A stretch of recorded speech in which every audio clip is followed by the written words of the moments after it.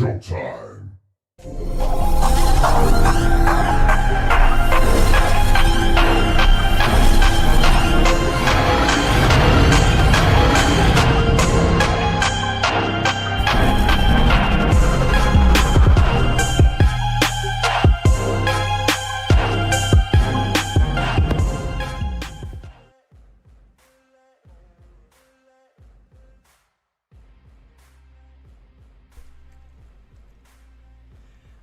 Good morning, everybody. Welcome to JTraedz TV, where we discuss all stock-related contents and much more. Y'all know what time it is, guys. I thank y'all so much for being patient with me, bearing with me, man.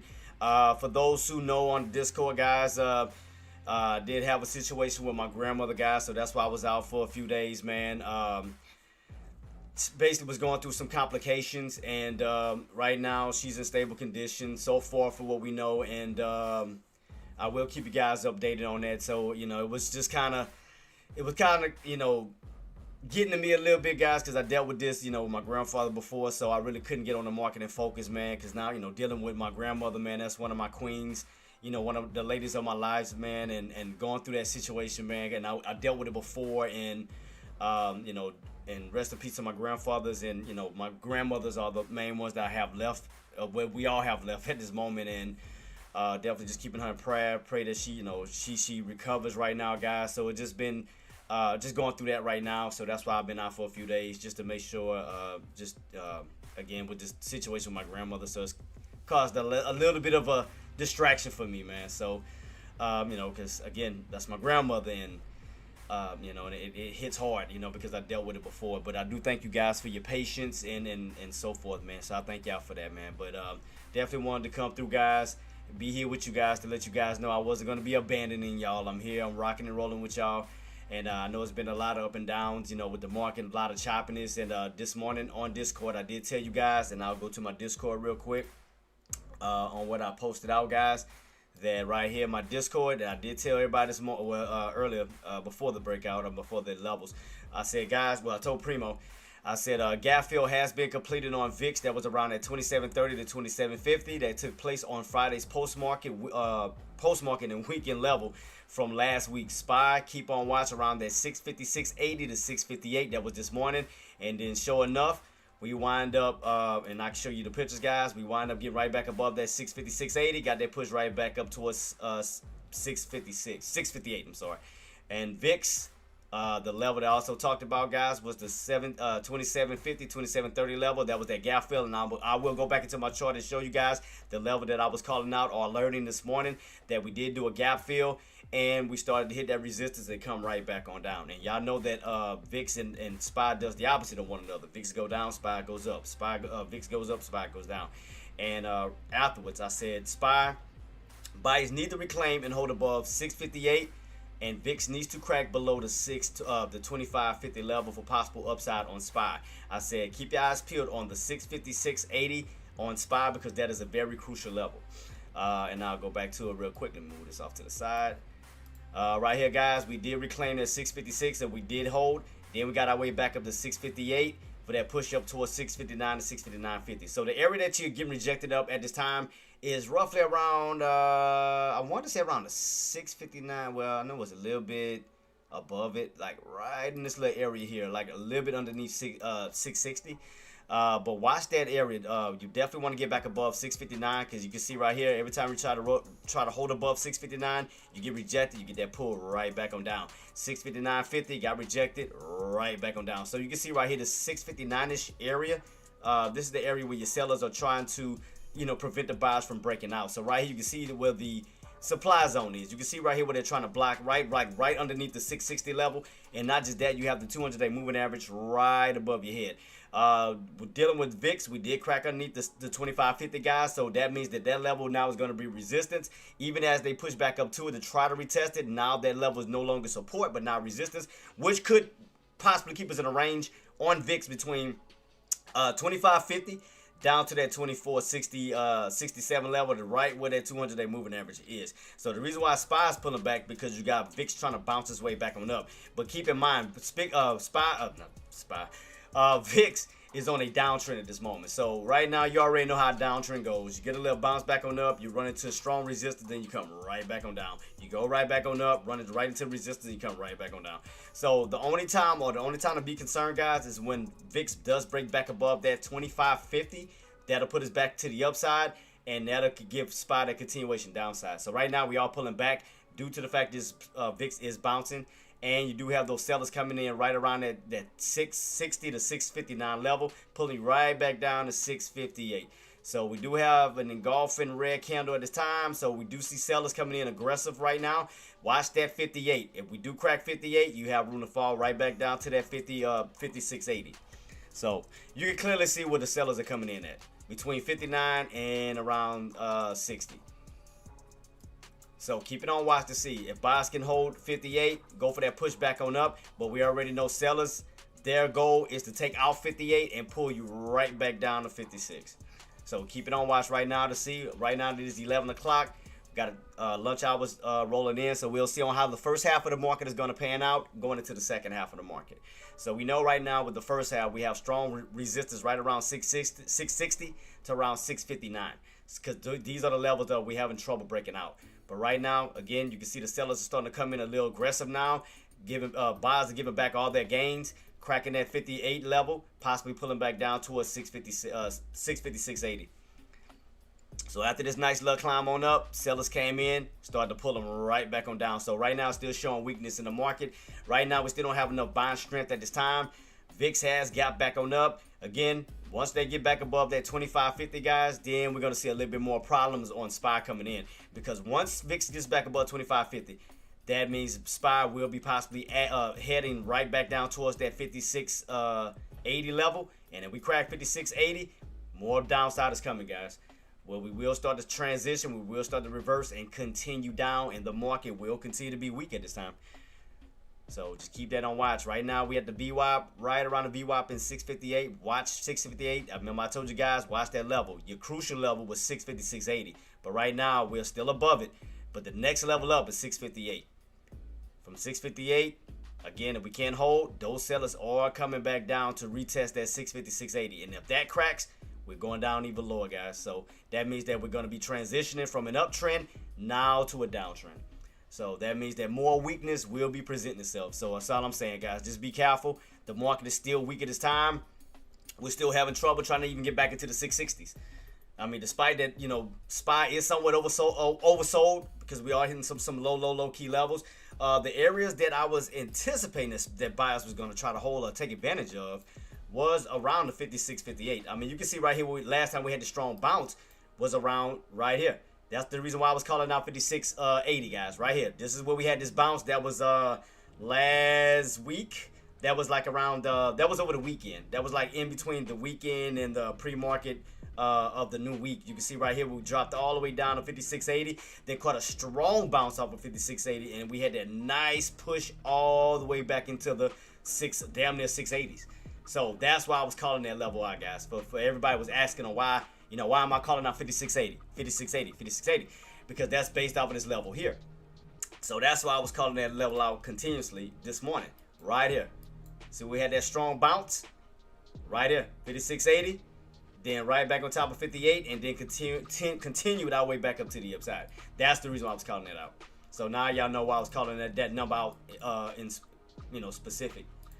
So as you can tell, guys, we tried to run up towards 660, got rejected, right back on down, up a shadow. Now back underneath the 58s, and right here, the level that we talked about, 650, 680. We cracked that. The next level on down is going to be possibly down towards 650. Now that is going to be your next level down, because if you go even to the weekly time frame, guys, that is right where we are. Close to it, not too far from that 650.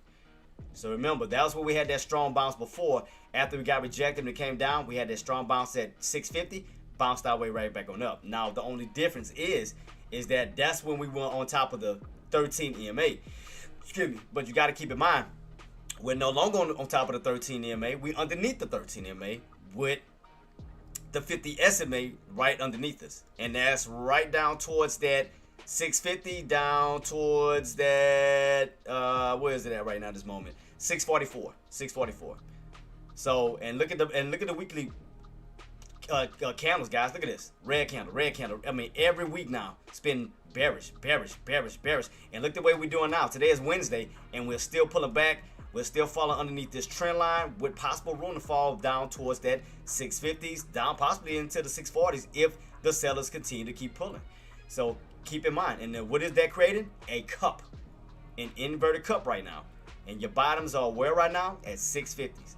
We cracked 650. Your old breakout level is all the way back down towards 613. Remember how long have we been talking about this level, guys, for the longest?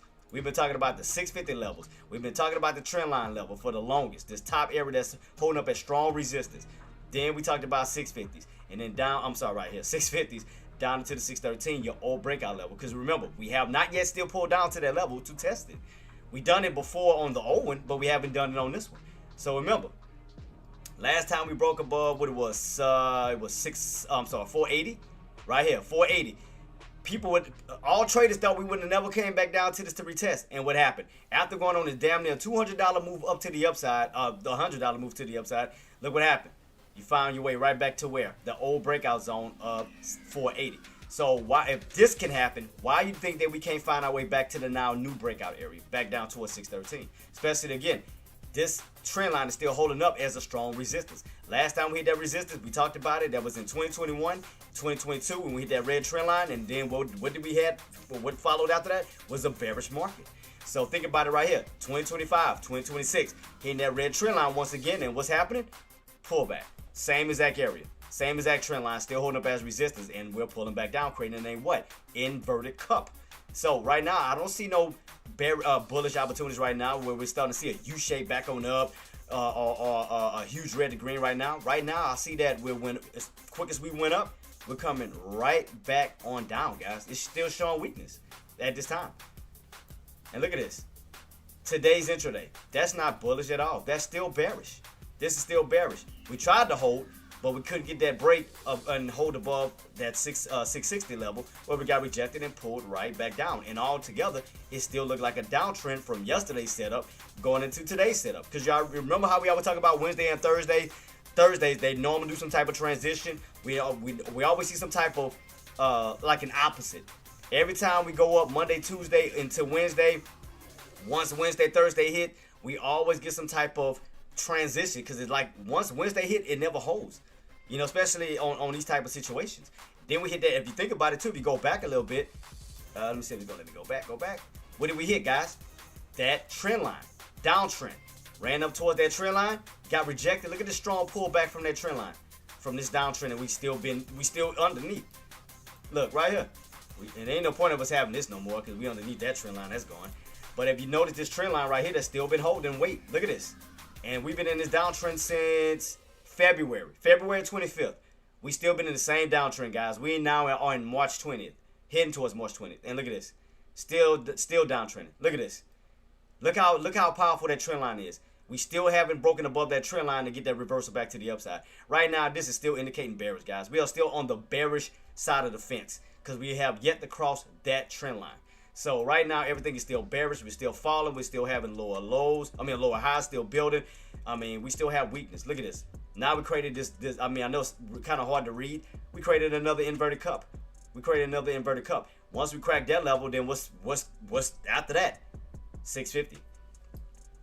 This is the last line of defense for these buyers, guys. Last line of defense between the 650, 680, 656. We cracked this, guys. We're going down to 650. This is the last line of defense. I was anticipating that buyers were going to take advantage of this due to the fact that we had a strong bounce before, but it's still showing weakness. Now, don't get me wrong. The market is still early. Anything is still possible, because even going, right now is 11 o'clock. Lunch hour is going to be rolling in.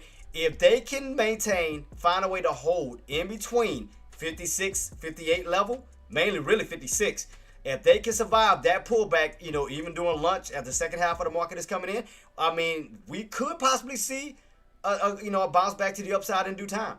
But right now, we know the first half of the market is weak right now. We know the first half of the market is still bearish, where it is still continuing this downtrend from yesterday's top going into today. We are still downtrending. And right now, guys, again, do you see any bullish opportunities right now? No. I don't see a bounce happening just yet. And I'm not saying it can't happen. Buyers could step in later on. It's a possibility where buyers can see this opportunity that held before and then step in and push back up. Back above the 58s, up to the 60s, and so forth. Now, if we do that, if buyers so happen, right now we're still holding. See what I mean? They still holding. 56.80 that we talked about, still holding. 56.80 still holding. Remember, our focus and that floor is 56 because we saw it before. We saw this held before and we saw a strong movement from it.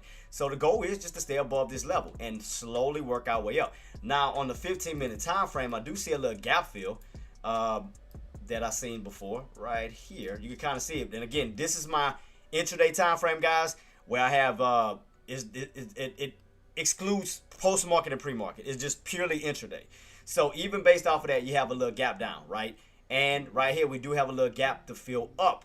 So if those buyers can step in, because I was anticipating that's what they was going to do this morning, that they was going to hold, rebound off to the 56 level and then fill that gap back up right here. And if you can see it, I'll minimize it. I'll maximize just a little bit. Sorry about that. It's too big. Where we at? Right here. See, we had this little gap down. See, I was anticipating that they was going to fill it up.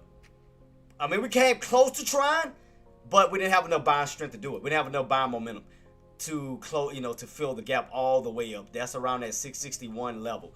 So I'm still anticipating that they're going to still try to go for it. As long as they hold 56, that's the main thing. As long as they hold 56, we want to slowly build our way back up on up 58, back up towards the 60s where we can slowly start to, close out that gap. And that's going to push us towards that 20 EMA. But right now, we're still showing signs of weakness. It's like every time we try to go up, we get rejected. Every time we try to go on up, we get rejected. But like I said, the main thing is I'm going to watch this floor here to see if they can survive this pullback even during lunch. Because what I want to start to see is pullback failure. Now, as I mentioned, guys, we cracked 56. We possibly going down towards that 650. So I'm just telling you, right now at this moment, that'll be it. Because that'll be your last line of defense. That'll be your last floor as of now. Because that's the last strongest area we had before we had to bounce back up. You lose that 56, guys, we're pretty much going to be seeing more downside coming. So those buyers cannot survive or protect 56 even throughout this pullback. And if those sellers succeed, they're going down even lower. We're talking about 54, 52, and possibly all the way back down into the 50s itself. But watch, we're going to keep our eyes peeled on 56 even throughout lunch to see can they survive and hold this floor. Prevent those sellers from taking this level out. So we're definitely going to keep our eyes peeled on that. So again, if they can hold, I want to see can they go for this gap fill right here. As they feel that gap fill back from the 58s, 60s, up towards that 61. That's what I want to see if the buyer is going to have it, if they're going to hold that position. And go back a little bit. And this is the reason why I said 51. Because you can see right here, that 51.19 held as a bottom before. Then you had a nice bounce or a gap up on that one. And then you can see right here, 61. So what I'm anticipating is that buyers can hold 56 and fill that gap up back up towards 61. In some way, keep us in this range. In some way before we crack through 56. To see if buyers can have an opportunity to try to redeem themselves. So I'm definitely going to keep my eyes peeled on that to see. But remember, we lose 56, guys. It's just downhill from there. I'm watching between 56.80 and 56. That's gonna be my main thing. I want to see the buy stay above it. But if we lose it, guys, it's a wrap. It's a wrap. It's our last line of defense as far as on the upside. Trying to reverse. See right here? That's the last line of defense before you get that full crack back on down. Because that means that level is no longer gonna be support. That means that level is gonna now turn to resistance. Thus, putting you now underneath this 56.80. Now down to this open opportunity back this way. So you gotta think about it. Strong support turned back into strong resistance. Now we gotta deal with the prices this way. And that's gonna give us that continuation sell-off. So that's what you have to think about. So keep your eyes peeled on that. That's the reason why I was calling out, guys, 56.80. I said that area is very crucial. But right now, it's still looking weak. Look at the market. The market is still weak. Look at this. -0, -1s, -2s. The market is still weak at this time. It's just they're not holding. The market is definitely still weak. It's definitely still weak. It's too much fear. It's too much fear in the market right now. Too much fear. They're not able to hold. So again, we lose this, guys. We're gonna be creating some type of a cup right here. We're gonna be cupping. So we take this level here. See, the sellers are trying to do this. See, this is what the sellers are trying to do. Sellers are trying to do this. Sellers are literally trying to do this. So that means cracking right back underneath 656.80s, down to the 656 itself, and back down to these lows. Because they're trying to create this inverted cup. And as you can see, what they're trying to do, they're trying to crack that what? 656.80. They're trying to crack that level in that open and go right back down. And right now, they look like they're succeeding right now. You're back underneath the VWAP. You're back underneath all your indicators. Everything is looking weak. Now, being underneath that and underneath the VWAP, now they may try to set up another trap after these buyers try to bounce off of the 56.80 back up. Now they may try to utilize 58 now. 58 could be now resistance. We already know 59 plus was resistance. You got to keep in mind, if we're going on a downtrend, what are we creating? Lower highs. So that means that now, what's going to turn back into resistance? 58. 58 is going to turn back to resistance. So even if they get a bounce back on up and test, those sellers may try to be sitting right here, trying to trap buyers and then reverse it for an even harder drop coming. So keep that in mind, guys. But right here, watch this crucial level, because again, you crack that, guys. That ain't gonna be good. That ain't gonna be good for the longs. It's gonna be bad. Definitely bad. Definitely bad. That more downside could be presenting itself coming. That means that'll be the next red candle down. That'll be red candle number 2. So watch this level. If buyers do try to bounce back up, what's gonna be waiting for them? 658. So watch this level here. Right now, sellers are still trying to pull it. Watch it. We got this candle just started. So let's see. So there you go. See, they still pulling. Second candle down. So right now, look like so far, pattern wise, look like we cupping. Slowly cupping. That's why buyers need to hold this level and try to reverse their way back up to save it. Other than that, again, 58 is going to be resistance. 656.80 is going to be resistance. It's just more downside coming. It's going to be more of a bloodbath. And you got VIX right back on top of 25.50. So that's not, that's not good. It's not good signs for the longs right now. That's bad. That's definitely bad right now. So be careful longs at this moment, because there's just no strength right now. There's no strength right now. Just be very careful, because look like more downside is coming.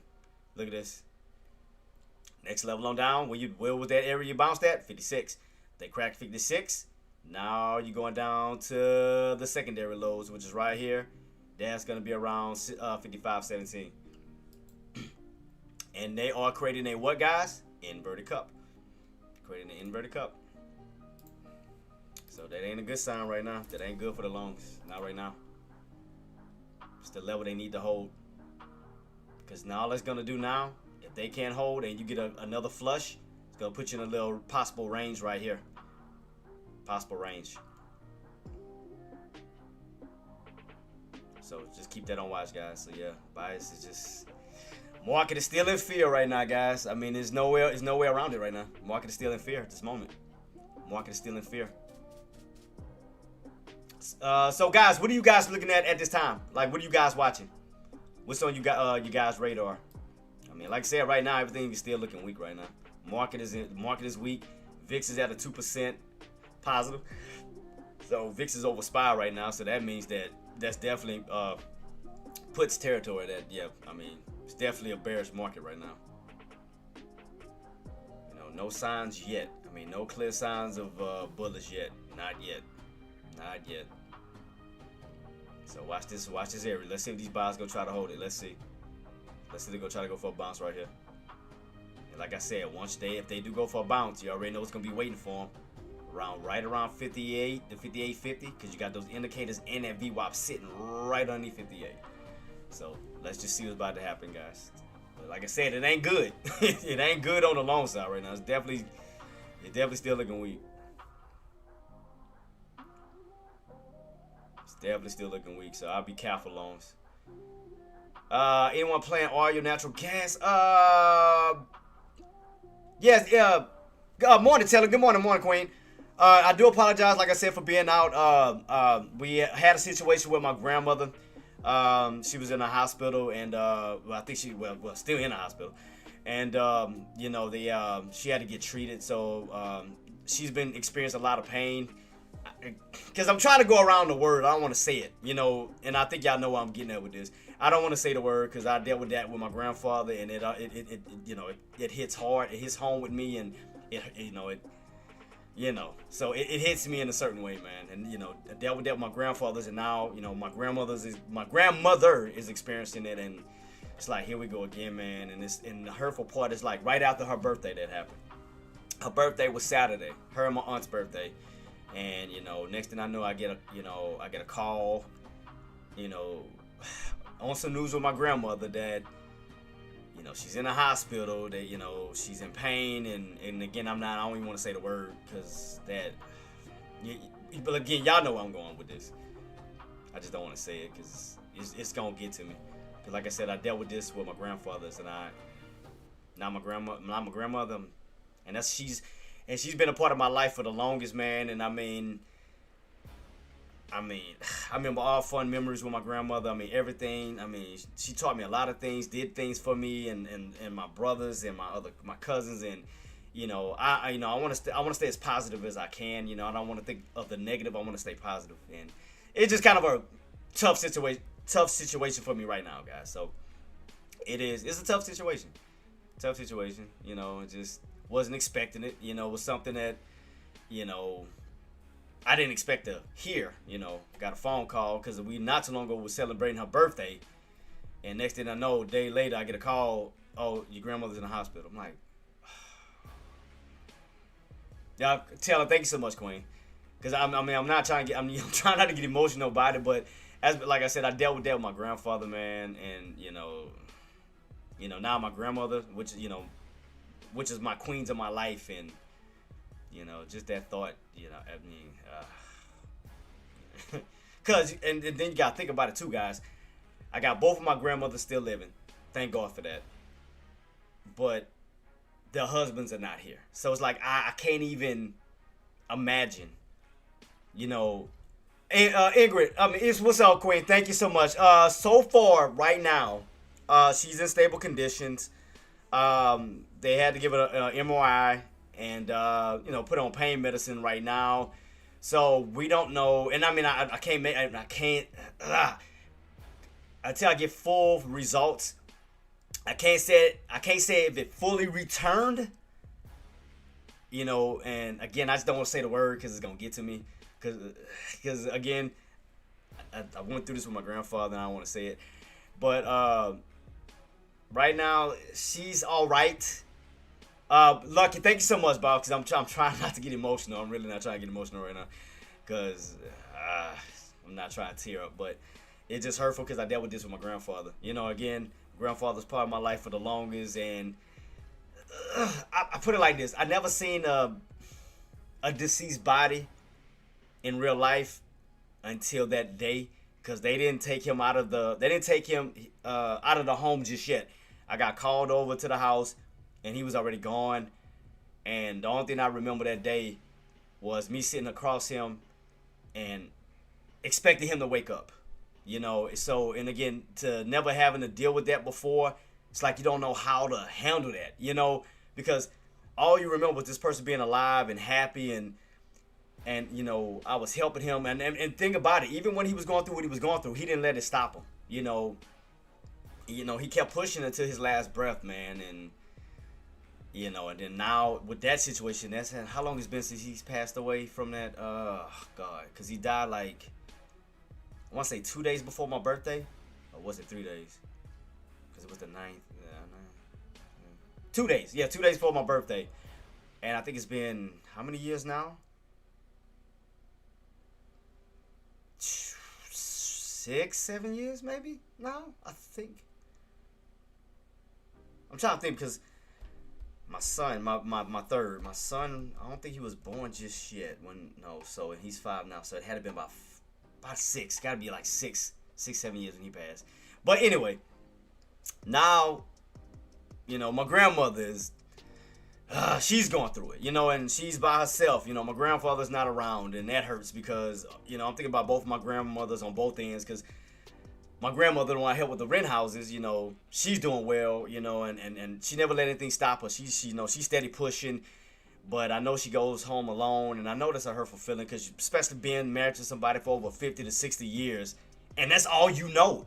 Like, that's the only person and because of that, back in the day, that was their tradition, man. They didn't believe in all this divorcing, hopping back and forth. They worked things out, and through the grace of God, I mean, they got to see, damn near 60 years plus, and then now with him being gone, and knowing that that's the only man that she loved and had a part of her life, and then now being by herself, it's like I can't even imagine, and that's my mom's mom. But now my dad's mom, she's by herself, and then now with this situation, it's like, boy, so that's why I had to take some time off, a few days off, because it was just. Again, it was just, man. Ingrid, thank you so much, Queen. Thank you so much. Appreciate you. So, yeah, it does hit different, man. And like I said, especially when somebody's close to you like that. I mean, your grandparents, man. It's like, and especially grandmothers, man. It's like, I don't know. It's like when it comes to the women, the grandmothers, it hits different too, because they're like a mom to you, and it's like losing a mom, and I'm not speaking that right now. I'm speaking that into existence. I mean, God forbid, but I'm just saying, when that time does come, it's just like, I know it's going to hit me hard. I know it will. But it's just, her going through what she's going through right now is definitely hitting me, and that's why I haven't really been focused on the market, guys, because it's just that, man. I mean, I know, probably a few of y'all have dealt with that before, so y'all kind of know where I'm coming from with this, and, because you can't replace your grandmothers, man. That's just like you can't replace your moms, so, but yeah. But enough about that, man. Let me stay positive, and again, thank you guys for y'all love and support. I definitely appreciate y'all for helping me get through this right now, but I will keep you guys updated, with her conditions, and so forth. But we'll just keep her in prayer, man, and pray that things does get better for her. No, and nah, you're right. No, you're right, and that's lucky. That's 110% correct. No, you're right, and I cannot disagree with that. 110% correct. He is with her, and he's with all of us in spirit. And you're right. On both ends. Both grandfathers, man. And another thing about it, well, I ain't mean to bring this up on my live too. So not only did I lose my grandfathers around that time, I lost my niece. I lost my niece in the process too, because she passed away.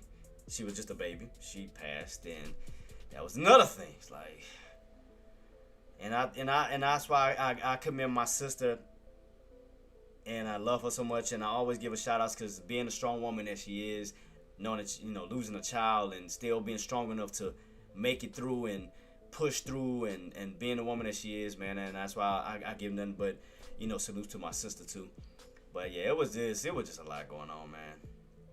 A lot going on, but. Again, we're going to just keep her in prayer, guys. We're going to just stay positive, that, he'll see her through this and so forth. But yeah. So, but that was the reason why I was out, guys, for a few days. I dealt with that, man. But I'm good right now. So I'm going to just stay positive. I'm not going to that negative. Stay on point with it. So again, with you guys being around me, that's all I need right now, man. Thank y'all for being my light. So thank y'all, man. Appreciate y'all.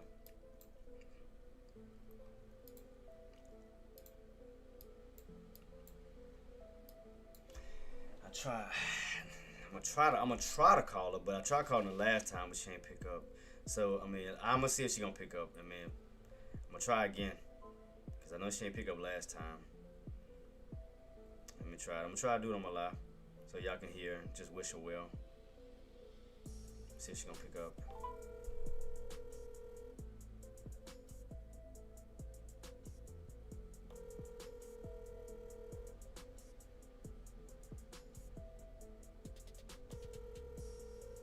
Nah, still not.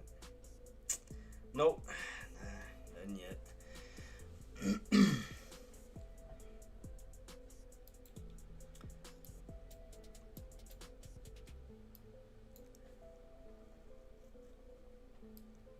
So yeah, guys, keep everything on watch. Still watch this 5680. Remember, this is the area that we want to survive. This is the area that you want these buyers to hold. Because again, based off the 1 hour time frame, remember, That area is going to be a crucial level. That's why we need to hold from that 56.80 back up to 58. Then we get to slowly start to get that transition back to the upside. And plus, if they can hold, I do see a slight pattern that could. I do see if they get back above, what is that, 58, well, really 60, almost like an inverted head and shoulders. If they can slowly climb their way back up from 56, 58 up to 60, turn 60 back into support, that'll give you somewhat of like almost like an inverted head and shoulders, going from these levels back up, where we can start to slowly reverse. Primo, thank you so much, boss. As I was telling everybody, boss, so far she's in stable condition. They had to put on pain medicine, and I know they had to give her MRI. I can't even talk right now. And but so far she's stable. So I would definitely keep you guys updated to see where they go from here. But thank y'all so much for the love and support. Primo, thank you. Lucky, Aussie, Taylor, thank y'all so much for everything. I definitely appreciate y'all for that. I'm definitely trying to stay positive. Like I said, because just, going through that with my grandfather before, and never having to go through that was a first. And again, not knowing how to deal with it, so it took a while for me to definitely get over that. So yeah, keep on watch, guys, because I just want to see. Okay, this is what and I'm not trying to speak this into existence right now. I'm talking about as far as the market. This is what I would want to happen, but market don't care about our feelings. But I would want them to hold, go for a push like somewhat back up in this range, and kind of reverse back like this. Almost like that's what I would want to see, because like I said, that 56.80, because I want to see a buyers are gonna take advantage of that and push back up, which would put us back in a higher range. That's what I would want to see going to Friday, for Friday reversal. Because we went up on Monday, Tuesday, Wednesday, and then going into Thursday, we started to trend our way right back on down. But I want to see, can we reverse Thursday back into Friday up, which will push us back into the 664ish. Because you gotta remember, don't forget about those levels too, 664 and 666. Because remember, that's that old pivot area. So let me go back on that too, just to go back a little bit. Remember this old area we talked about? See, we far away from it. See, after 676, because I want to see in due time will we start to slowly reverse our way back up to that area. Remember how many times we talked about 676 repeatedly, and now we're away from it. See that? Because remember, when we went on top of 656, remember how powerful that was. So I'm sorry, 676, bounce, 676, bounce, 676, and also keep in mind it was like a magnet. So remember, every time when you was on the upside, you always found your way back down to it. You always pull back down to it. So what I'm trying to figure out, trying to see, being underneath it, can we find a way to pull up? Not pull down, but actually pull back up to it.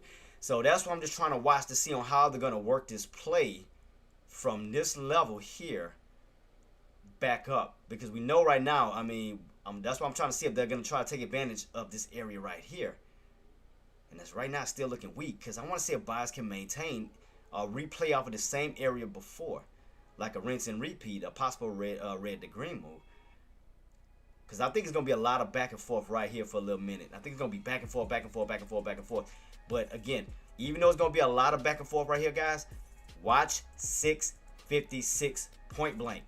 656, because that's the area we want to hold. Because we want to see, can we replay off of this old area like we did before. Can buyers reutilize this area and look for a possible bounce back that way? So that's what I'm trying to figure out, as long as they hold, because I think it's going to be a lot of back and forth. 655 is a watch. Okay, appreciate you, boss. Thanks so much. Yeah, okay, so it'll be around the same area. Okay, 655.50. So that's still around the 656. Okay, yeah, so Primo, that's what I'm talking about. Like around this area, like right around the 55.50s to 56, just what we are talking about, to see if they're gonna, if that's gonna be like a demand zone or a liquidity grab, to see if buyers can try to, replenish this level and go back up. That's why I'm watching, even as 12 o'clock is rolling in, to see if they're gonna be trying to hold this level. Now again, guys, if we crack below that level, again, we lose this level, then we have to focus on the moving back down, as that downtrend will continue down.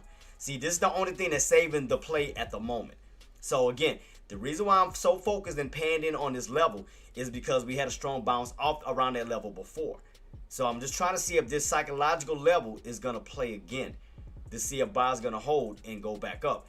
But if we crack underneath, then that means that strong support is going to turn into strong resistance, and more downside will continue on down. So that means, again, like Primo was saying, 55.50 down to the 55s. We crack that. I mean, we're just going to continuously keep coasting down towards these bottoms. So the only thing that's stopping us from dropping here, you know, filling the intraday all the way back down this way, is that level here. So think about it. So look at it from an intraday standpoint, guys. Look at the black box, right? Look at the black box. The only thing that's stopping us from filling that down this way is that price point. It's 650, around at 656. It's holding. So that's what I'm trying to see if buyers are going to utilize this as a possible liquidity grab where they can prevent the sellers from taking this out. Where we can start to see green candles and then a possible reversal back up in due time.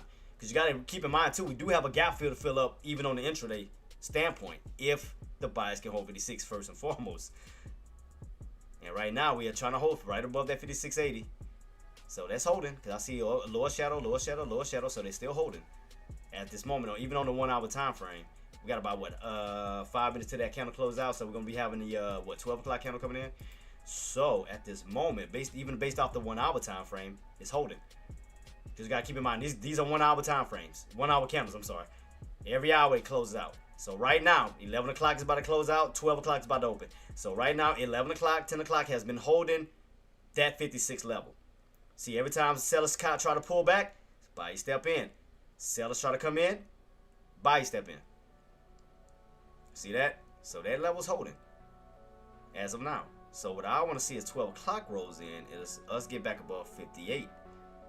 Get back above 58, and then I'm gonna show you why I put 58.12. It was what time frame was that where I had 58.12? It may have been in my 5-minute time frame, I think. Let me go back a little bit, and you can see right here, guys. Look, bam! What I told you, 56.80, 56.80. So they're trying to hold it. So they're gonna be setting up for something for the second market, for the second half of the market. So that's why I told you, 56 is gonna be very important.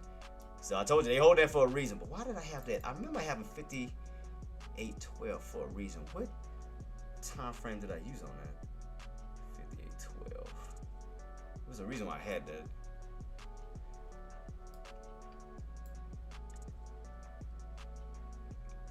See right here, they holding. See, buyers are holding. See what I mean? Buyers are holding. So I'm saying, I wonder if they're gonna play off of that same area again. See, look, they starting to step in now. So I wonder if this area is gonna play for a second time, almost like a double bottom. So that's what I'm watching.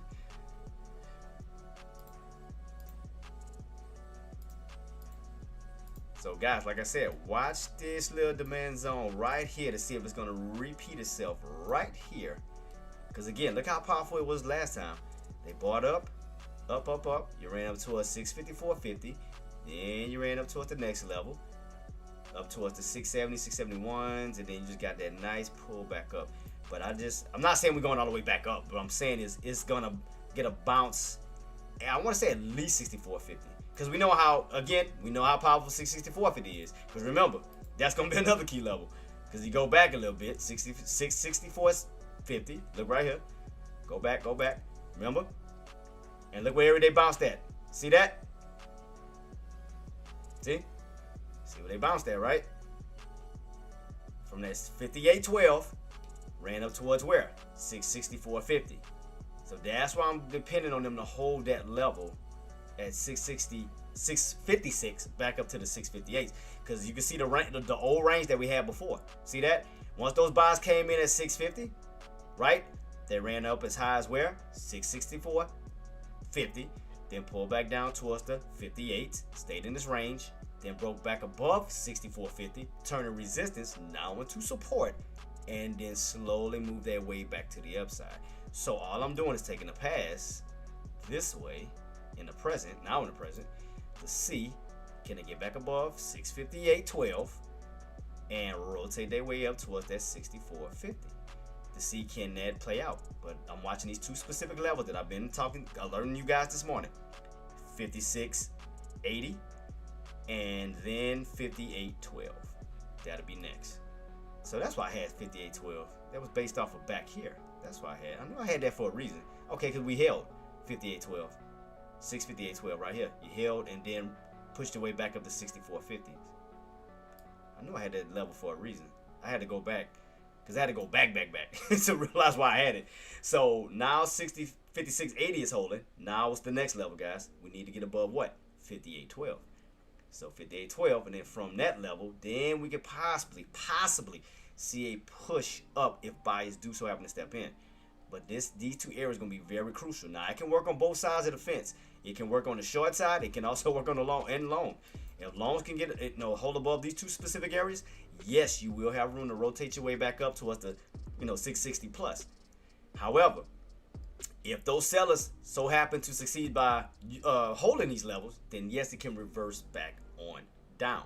So that's why this area is going to be very crucial. So these areas here is going to be crucial on both sides of the fence.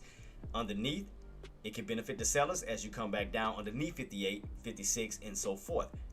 If buyers can get on top of 58, then yes, you can rotate your way back up to 660s that way. So this area alone right here is going to be very crucial.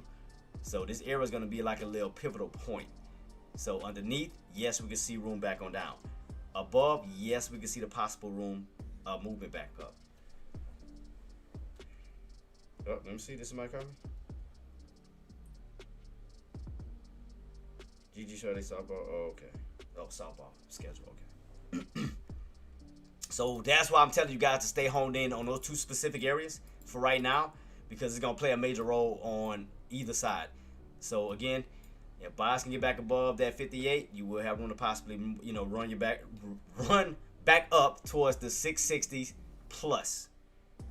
If those sellers succeed by keeping them underneath 58, yes, you will have room to pull back down and continue the down trend, which is why this level is very, very important.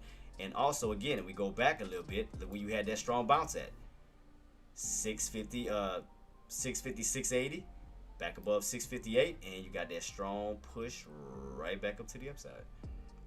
And then we go back one more time. Look at the range right here. See that? Came down towards that 657 area, 656ish area, right back on up. Stayed in this range between 658, 664.50 until we got that nice push back to the upside, broke above 664.50 and push. So that's what I'm expecting for the range for today. I'm expecting to get back above the 58.12 and try to go for that rotation back up towards that price point. That's what I'm anticipating if buyers can hold. Yeah, so that's what I'm anticipating. As long as they can hold and then go for that reversal back up. However, again, if sellers succeed, that's going to turn back into resistance, and it's going to be a continuation sell-off. Because, I mean, they do have room to push up. Now, the reason why I'm saying it is because based off the RSI. I mean, you do have a lot of room to push to the upside till it gets overbought. Because right now, you're in more of the oversold area versus the overbought area. So that's why I'm saying that. Because you do have a lot of room to rotate on that RSI, too. See? Look at that RSI. When you overbought, oversold, buying opportunities, you push that bad boy back on up. Now, when you get oversold, put opportunity to push that bad boy right back on down. So right here, well, where are we at right now? We're in the oversold area. So that's why I'm anticipating buyers to take advantage of this oversold area and push it back up. Look at it as a bargaining possibility to push. So that's what I'm anticipating. That's what I'm waiting on. So right now, we are holding above that 58.12 right now. So right now, so far, buyers are holding on the areas that I'm anticipating. So this is the little demand zone that I'm anticipating that they can utilize right here. Stay above that level. Oops. All right. Close that out. And yeah. So I want this area to hold up as a demand zone where possible room to push your way back up towards 654.50. So in that bracket. So I do want to see a nice rotation back up that way. That's what I'm anticipating. Now, like I said, you gotta keep in mind though, 654.50 is gonna be resistance because you're underneath it. 664.50. So it's still gonna be resistance because you're underneath it. Only when we get back above that price point, then we can focus on, the pushes back to the upside. The 666, 668, and so forth. But I want to see, can they slowly move their way back up. As long as they stay on top, close on top of this bad boy, and utilize this for support. So we'll see. We'll see on how lunch hours is gonna, how it's gonna pan out. But if they fall back underneath 58-ish area, that's the only time we're gonna have some issues. Cause even the candles like so awful, even on a 1 hour time frame. I mean, look at this. Even the candles on a 1 hour not even healthy, cause it's so back and forth, back and forth, back and forth. It's just even unhealthy on that one. I mean, yesterday you had a beautiful setup. I mean, that was beautiful. Had that nice setup going into pre-market, and you can see right here, you hit that trend line and that price point around 74, guys. How many times I was telling you guys about 74.50? Didn't I tell you that was the level that we had last week? Remember I brought that up? Remember I told you that was Thursday's high day, and then Friday was what? It was like around the 72.50, 72.50 or something like that, and then you pull back down. So I told you guys to watch these two specific levels going into this week. I told you where they were trying to go this week. They was trying to break through those levels. Remember, we talked about Friday and we talked about Thursday. Where did you get rejected at?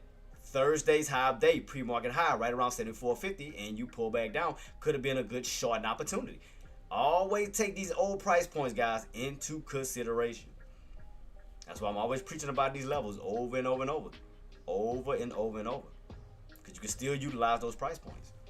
Same thing with these bottoms. I'm trying to see, can we utilize these bottoms to see, can we possibly go for a bounce?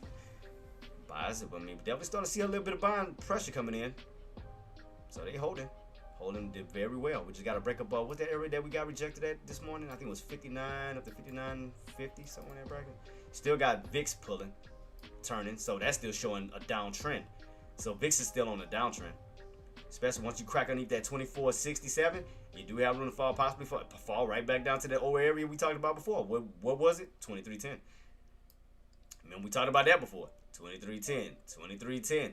So if that sell-off continues, where you'll crack that 200-day moving average, fall underneath that 27.60. So that means that if that bad boy dumps, you already know what's going to happen on SPY. That means that thing is going to accelerate off that area that we talked about from 56.80s on up. So this bad boy keeps dumping, SPY's going to accelerate to those areas that we talked about on that 1 hour time frame. U-shaping right now already as it is, starting to U-shape. Starting to slowly U-shape, now above all the indicators. Well, the main indicators, we just got to get above the 200. You're already above the VWAP, 50, 9, and 20. So right now, look like it's slowly building an uptrend. We just got to break out of this little range here and then get that continuation push. Because that means that VIX is going to continue down as SPY continues up. So you can clearly see that on VIX right now, downtrend. We just need to crack that VWAP. Crack that 200-day moving average and so forth. Because this morning, what I told you guys that SPY needed to crack. VIX needed to crack. Didn't I not tell you guys 25.50? Didn't I tell you that was one of the crucial areas that we needed to crack was 25.50? If I'm lying, I'll show y'all. Y'all knew me, I always back it up. If buyers need to reclaim what price point? Need to hold above 58 on SPY. VIX needs to crack under 25.50 for a possible upside on SPY. What time was that? 9:21. 9 minutes before the market opened. That's my proof right there. And where we at? Above 58. And VIX, what are we underneath? 25.50. And there go your U-shaped pattern. So look like they are playing off that 1 hour area that we talked about, guys, right here. So look like they playing off of it. So far, so good. They playing off of that level. So far, so good. Slowly maneuvering their way back to the upside. Slowly, slowly, slowly. Slowly maneuvering. Slowly, slowly. So far, so good. And the thing about something like this, it's just time, man. It's just timing. You just gotta have patience. It's just patience. But long as you know your key levels, like say for instance, like as many times I kept calling out what 56.80, 56.80, 56.80. Still could have played off of that up towards 58. That's $2 up, and then up towards 59, $3 up. So, well, not $3, but they've been done about two-ish, because it wasn't all the way down towards 56 with 56.80. But yeah, y'all, you get what I'm saying. Shoot, y'all get the gist of what I'm saying. Y'all get it. So right here, levels that we got rejected at this morning. See, around 59. What was the highs on this? 59.75, 71. So those are, once we break above those key levels and reverse it, 59.71. We need VIX to crack underneath the 200-day moving average, because you can see right here. Watch, you may have buyers try to step in. right around 24.64, and then 200-day moving average. They may try to go for a little bounce, but the main thing to stay underneath is what price point? 25.50. Because we want to do what? Continue on down. We want to continue to set bull traps on this one, and we want to continue to set bad traps on this one. And 24, what was that price point? 24. Why did it was back here? The reason why I had 24.67. I'm trying to remember what. Yeah, right. Okay, 24.67. That was what day was this? Last week. That was last Friday. That was last Friday lows. Last Friday lows. So keep that in mind, guys. That's why I called that out. That's why I got that marked off. That 24.67. That was Friday's last Friday's bounce. Right here, last Friday's bounce. And then from that level down towards what? 23.10. So that's why I got those two specific levels on the downside. And you see where we at? 24.67. That's why we need to crack that, turn that into resistance for that next move down towards 23. But you got to keep in mind, you got an old area right here and the 200-day moving average where buyers may try to utilize this for a possible bounce back up. So keep that in mind. 200, they may try to utilize that 200 to try to push back to the upside. So just keep that in mind.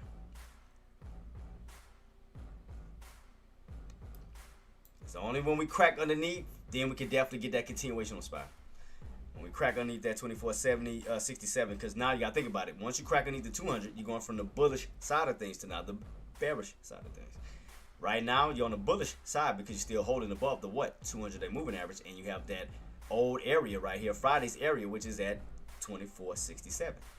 And for those who don't know what I'm talking about, go back a little bit. Last Friday, what did you bounce? Right here, 24.67. So that's why we got to take that out if we want to see more upside on SPY. Got to crack this. So as we get a bounce back on up, let's just see if 25.50 is going to hold up as resistance. Pretty much a bull trap. And then get that reversal back down because we want to go for a harder crack. Want to go for a harder pullback, in other words. So just keep it on watch because, like I said, my intended goal for us to go up to is at least around 64.50, as long as they stay above 58, 58. I'm sorry. So my idea goal is to hold this level. That's why I'm watching this. See if buyers can maintain this level here, protect this level, and then reverse back up. Again, but if they give that to the sellers, then sellers going to use that against them and go and pull back even harder. They're going to reverse it. Instead of being a bear trap, they're going to actually turn this into a bull trap. So that's why buyers need to desperately stay on top of that price point. Because you're already downtrending. The goal is to break out of the downtrend. Because right now, where we at? 58.19, 58.20. So the goal is to stay on top and close on top. I know we got a while to go because this don't close out till 1 o'clock. So still got some ways to go. But the main floor to focus, 56, 56.80. That's your main floor on the downside. Like right here. You just want your buyers to hold this level over and over and over. And then proceed up. That's going to be crucial. So let's see. VIX starting to turn back already. Because that's the area I see.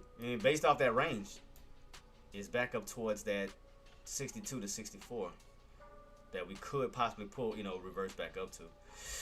And like I said, if they can succeed, if buyers can get back on top of 60, that can create somewhat of an inverted head and shoulders pattern. Because you already got like a little shoulder here at 60. Then your head in them is down here towards 56. And if they can get their way back on top of 60, they can form a right shoulder, hold 60, and then start to navigate their way back up that way. That'll give you an inverted head and shoulders. But again, gotta first watch this level here. Like I said, puts, if you are on the short side, stay underneath 58.12ish, take out 56.80, and go for that pull back down. Longs, you need to get above 58 and then go for the reversal back up. So this is an area I told you it's going to be very crucial. It can benefit both sides of the fence. So shorts stay underneath 58, buyers get back above 58. That's right there. It's going to be one of your keys. That's one of your key levels. 56 is already holding. You don't want those sellers. If those sellers take that out, then yeah. Because right now you're still ranging. Right now you're still ranging. Still in this range. Because yeah, if you notice, the sellers have a hard time trying to crack below that 56. See, every time they come down to 56, can't crack it. And then you got this secondary area right here, it's 56.80. So, okay, let me draw it out. Okay, so I'll put it on the 5-minute time frame to make it a little bit more clear on what I'm talking about. So let's just mark off here. We'll just mark off this to here on the 5-minute time frame. That's the area that buyers need to protect. And then again, they need to avoid sellers taking it out and going below those areas. Because if not, that area will reverse and go for the shorts. So long as they protect this area, now we just want to slowly maneuver your way. Come out of their territory, now go invade the seller's territory.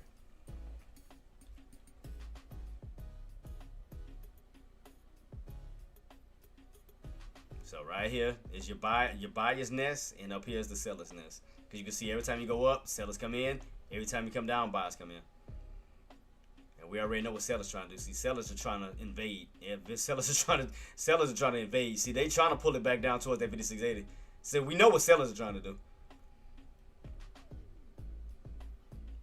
Sellers are definitely trying to take this out because they know they need to take this out if they want to see more downside.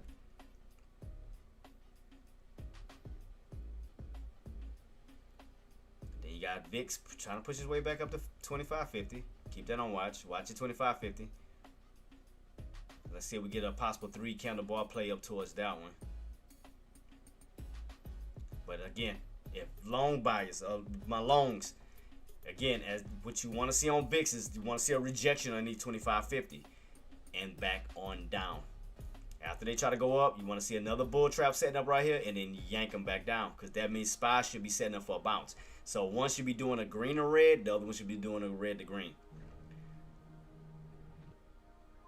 So VIX should be green or red, and SPY should be red to green. So count your candles as we coming back down towards that price point. So you got candle number 2. Candle number 2 coming back down. And then watch as we come right into this area. Let's see watch to see what the buyer's gonna do if they're gonna hold.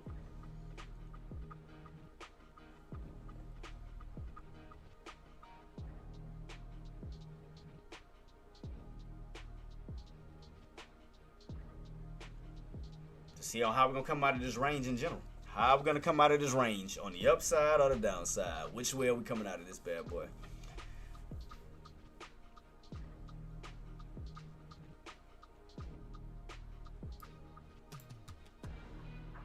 So far, I mean, everything's still looking a little weak at this time. I mean, I'm looking at Tesla. Tesla still like it's slightly curling on down. I mean, that's still looking weak. So it's like the market's still in fear.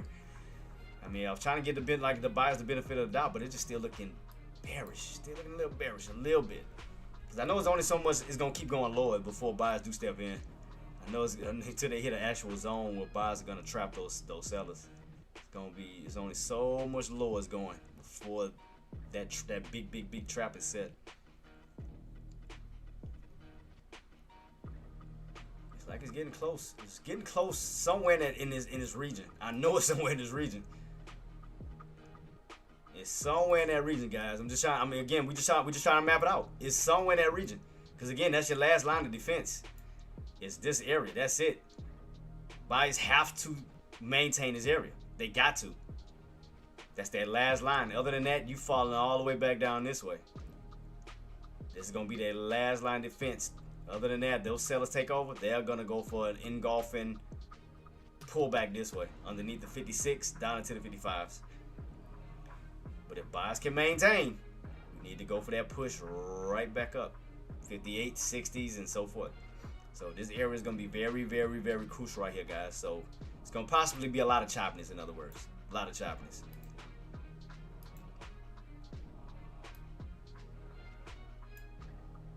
Yeah, see. Last time they came down right here, see those buyers trapped them? See, that's what I'm watching. Can buyers utilize this for the, for a double bottom, or will this bad boy actually reverse, due to the market, the structure of the market, because it's weak right now. So will sellers take advantage of that opportunity to actually turn this in, to a strong resistance instead of support. And then that's just due to the market conditions. If they're gonna take advantage of this. So I told you guys, it's gonna be a lot of back and forth right here. It's gonna be a lot of back and forth. So just get ready for it. Get ready for it. You're gonna see majority of this, like today, it's gonna be back and forth, back and forth. I'm telling you that right now. So y'all might as well gear up for it. You see it, I see it. Just gear up. Gear up and just be patient.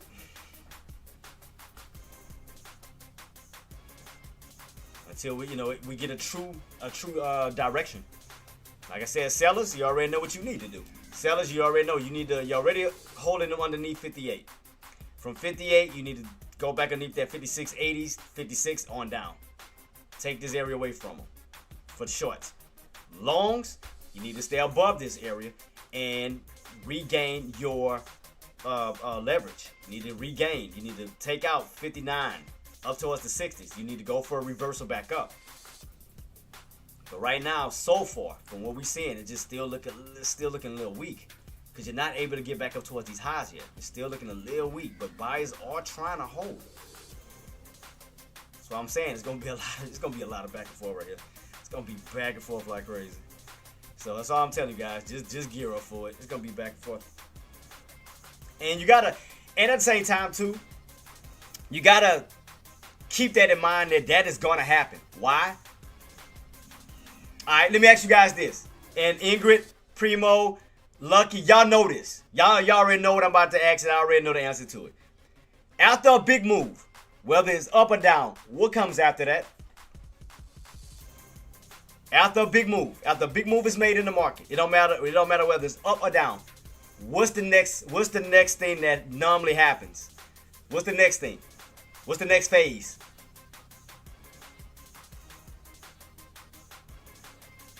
Exactly. Yep, consolidation. Why? Because we already had a big move yesterday. Think about it. Exactly, Queen. Shout out to you. Exactly, consolidation. You're in the consolidated phase. And shout out to my queen. She nailed that one. She nailed that one. Shout out to her. Yep. Because think about it, guys. You already made a big move yesterday. Go back a little bit. Let me switch my... See this? Big move has already made. That already made a move. Now you in consolidation. So that's right now you in the consolidated phase. Consolidated phase. This was the big play. Think about it. You fell from 74.50s all the way down into the 60s and 59-ish areas. So in other words, you damn near went on a what? Think about it. From 74 to 64, that's already $10. And then you just add on to that. So it already made a big move yesterday. So now you're in a consolidated phase next. To now figuring out, okay, what's going to be the next move after this? So this is consolidation. Like I said, y'all know this. Y'all know after a big move is made, it consolidates. Setting itself up for the next move. Because where was your move already happened at? Yesterday. Big move happened yesterday. Now it's consolidation. Now the question is, will this downtrend continue from yesterday into today? So that is the $1 million question. Will this downtrend continue from yesterday's setup going into today's setup? So that's what we're trying to figure out. So right now it still looks a little downtrendish to me. Still looks a little weak. That's why buyers need to re-break above 58.60 to reverse to get out of this downtrend. Other than that, from yesterday's setup into today, we're on a downtrend. Clearly on a downtrend until buyers can step up and break out. So we got to take the setup that we have right in front of us, guys, into consideration that we have a downtrend right in front of us. Let me try this. Let me make it a little bit bigger. Cause that's why I hate this. It'd be so cluttery. I hate this. I hate this. Let me see. Try to make it a little bit bigger. So it'll be a little bit more readable and presentable for you guys. Let me see. Try to make it as big as I can. There we go. Bring this down. And there go your pattern. From yesterday's tops. Come on. From yesterday's tops. I'm trying to get as perfectly as I can. Right about there. Into today's area. right about here. Yep, because every time you hit that purple trend line, pull back, purple trend line, pull back. So what does that give us? A downtrend setup from yesterday into today. So there go your pattern, guys, all together, downtrend. Right now, you're just in this consolidated mode right now. You're consolidating. After a big move from yesterday, consolidation. Now the question is, what's going to happen again around this area? Buyers have the opportunity to push, but they got to come in. They got to step up. Other than that, sellers are coming in even more aggressive and yanking you down even harder. You'll go for the next phase on down. Possible next leg down. So, it all depends, guys. All depends what's about to happen. To me, it still looks weak. I don't see no bullish setup yet. To me, the market is just still fading. Because like I said, you went up. When was this? Monday, Tuesday? Yeah, you bounced off of Friday's level, 661, into Monday, then into Tuesday, and then Wednesday you got rejected right at 74.50. Why 74.50? Because if you go back, that was where's it at? Oops. Where we at? Oh, right here. I'm tripping. Yeah, that was Thursday's pre-market area, 74.50. Got rejected, back on down. Then Friday, tried to run up, you got rejected right around 72.50. Got rejected, right back on down. See the range? See the range? Resistance, support. See that? Throughout the whole entire, look at this. Tops, bottoms. Now you crack the tops, right? Because that's what, 61.36. So what you do is you take that area, turn it into resistance now because you're where you are underneath it. So, in other words, could we see more downside coming? Could this downtrend continue going into tomorrow? Oh, see what you think, Queen. Lucky, what y'all think? Y'all think we could see more downside coming? It's going to still play out for this downtrend setup? Or do you think those buyers going to find a way to hold above that 656 area and go for a push back up? What y'all think? Like, what y'all take on it? On what everything we just talked about. After we come out of this consolidation, do you think buyers are going to come in, more buyers are going to come in aggressive off of that 56 and push back up? Or do you think more sellers is going to continue and we continue on down? What you guys think?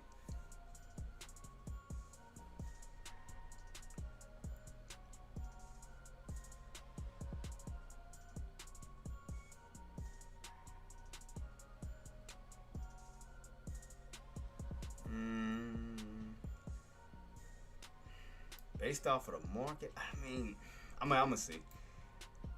Right now, I have to kind of. With me, it's kind of 50-50 because I see a good buying opportunity or a good demand zone. I think so. Like I said, that's why I'm watching this level 2 right here, Queen. I'm watching this level right here first. Now, the only way I'll change it over is if those buyers lose 656.80, because then we have to focus on this range. We have to focus on the lower range back down here. Once you crack that 656.80, because then you're gonna have to fall this way. So that means that 656.80 area is gonna turn to resistance. That means all of this is gonna be resistance if they crack and fall down this way. So that's why I'm watching. Right now they're trying to maintain, trying to hold it, but they gotta push, because if not, it's the only thing that's in the air right now. How they gonna come out of this? How they gonna come out of this consolidation? Buyers have an opportunity, but there's no buying strength at this time. It looked like, at first I thought they was gonna do it. Because we did get a squeeze up, but it couldn't hold. It ran right into 659.70 and then right back on down. So that's what I'm trying to see. How we're gonna come out of this consolidation? Will buyers, show themselves? Will they present themselves by squeezing up and breaking out of this downtrend? Or could sellers just be sitting and waiting to set up another trap? That's the question. See, they kept trapping them up here. So we have yet to break out yet. Break above these intraday highs. Even pre-market highs. The only thing that's been keeping them afloat is right here. It's the only thing that's been keeping them afloat. And why this level, Jay? Because again, you go back to your 1 hour time frame. That level played a crucial role before. Right here. Right here. That's why I'm like, I'm trying to see if they're going to play off on it and reutilize it again. And where was this other area at? This where we had this bounce. Let me see something real quick about that. I forgot to add that. It was like right about here. What was that? Right where we fell underneath, huh? What was the lows on that one? 61.15 ish. Somewhere in a little bracket.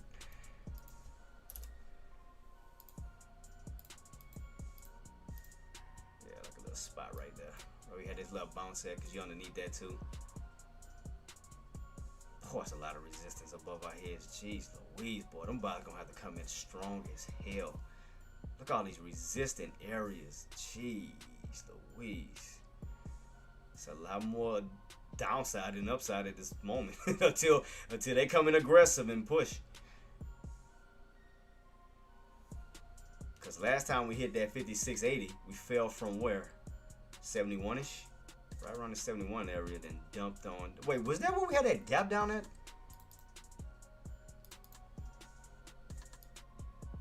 I think that was the gap down. Yeah, it was a little gap. Oh, yeah. I do remember that date.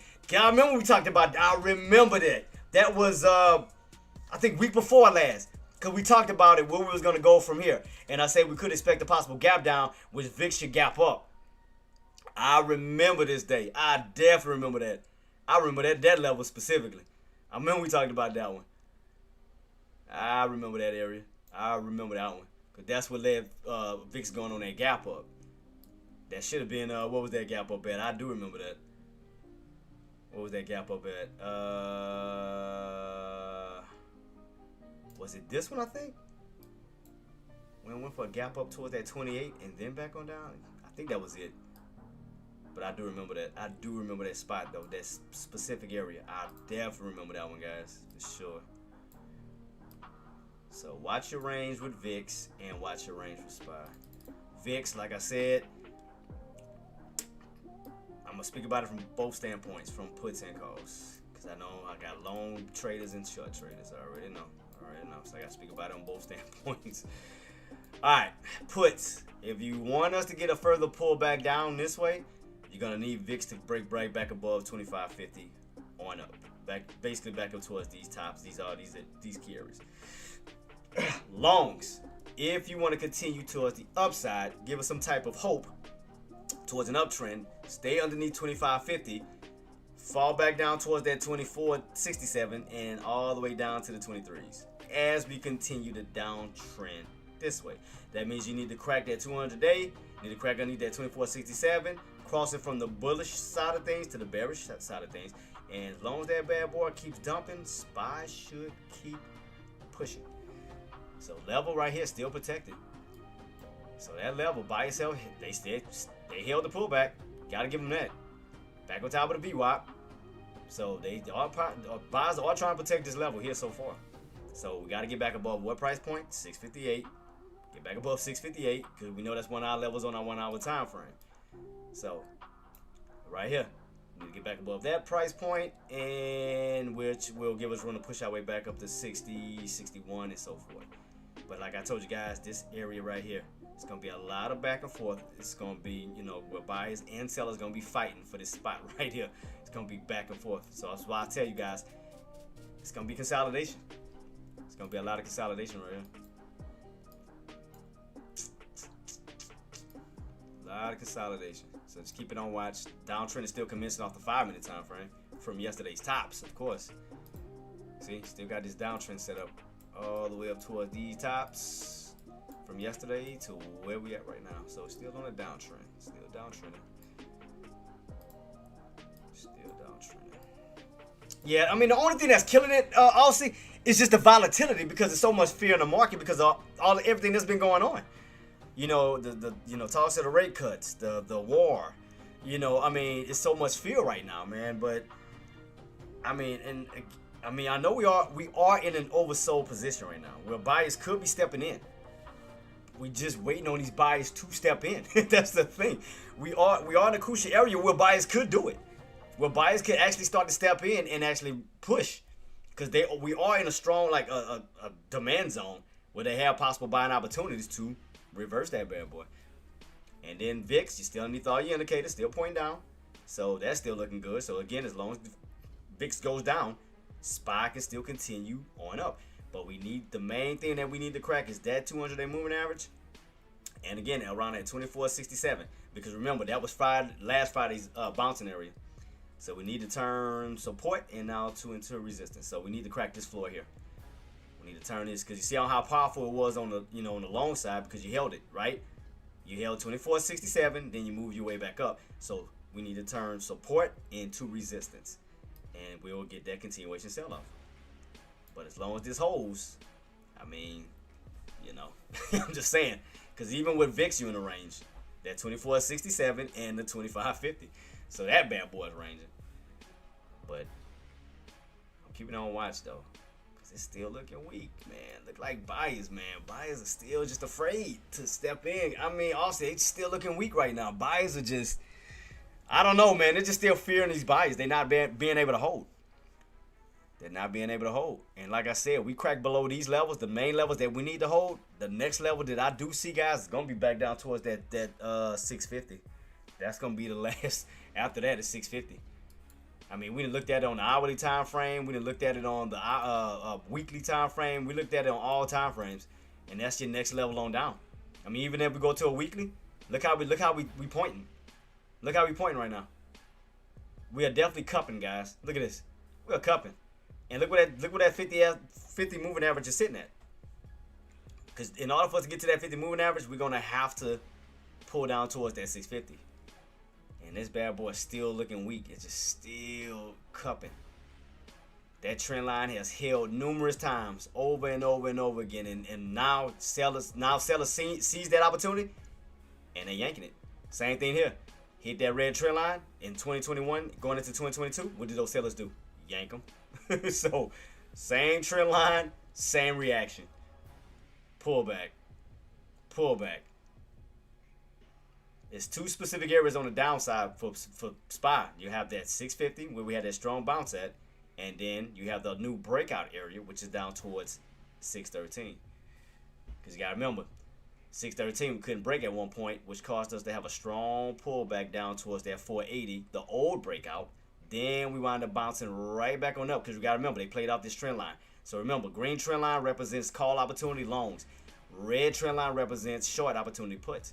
So every time we hit that green trend line, buy step in. Green trend line, buy step in. Green trend line, buy step in. Green trend line, buy step in. Red trend line, sell a step in. Red trend line, sell a step in. So you notice how they both play a crucial part. You get around a certain area, sellers know when to come in. We get around this area, buyers know when to come in. So all we're doing now is slowly rotating from that trend line back this way. Because you got to keep in mind, we're still in this range, guys. We're still in this range. All we did now was just hit the tops and slowly rotating from that trend line that we can't break right back on down. I mean, think what happened right here. You hit that trend line, right back on down. So that is still showing signs of weakness, man. So I was trying to have faith, but the market is still weak. It's just, like I said, buyers got to prove it to me. Buyers got to prove it. Buyers definitely got to prove it, because there's a lot of key levels that we need to get back above. Especially out of this range and out of this downtrend. Because you got to think about it, guys. You back underneath what price point? 658. See right here? You back underneath 658. Remember, that was one of the key levels I told you guys that we need to get back on top of. That was the area that we needed to reclaim, was 658. I said buyers need to reclaim 658 for that possible move to the upside. The 1 minute scene, you have a higher low, or am I on the 1 minute, Queen? Yeah, especially when you get around this time, change the time frame. Cause the like around this time, like 11 o'clock, it gets a little cluttery. That's why a lot of people, if you notice, they use either the 5 minute, 15 minute, 10 minute, because what it does is it compacts your candles together.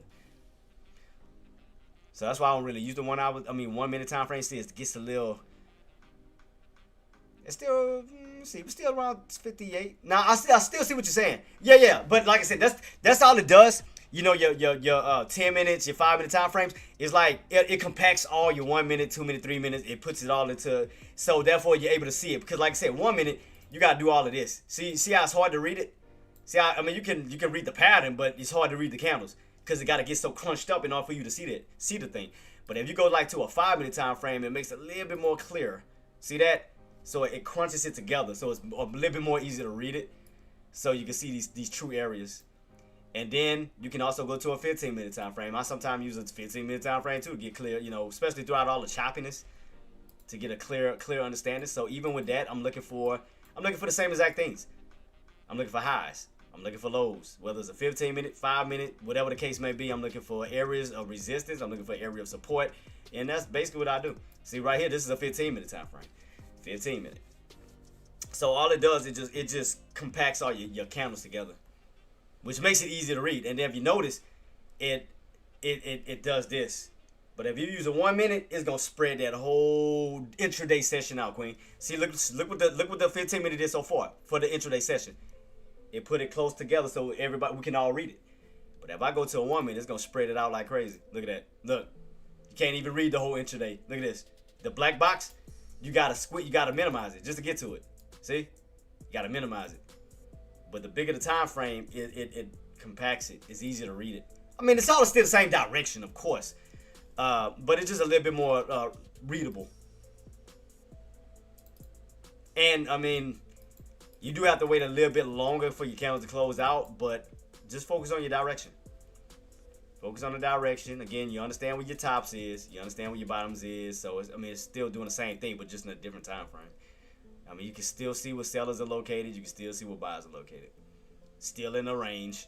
So, you know, but like I said, when you go into a 5 minute, 10 minute, 15 minute, it just compacts your candles and it makes it so, it just makes it so easy to read, Queen.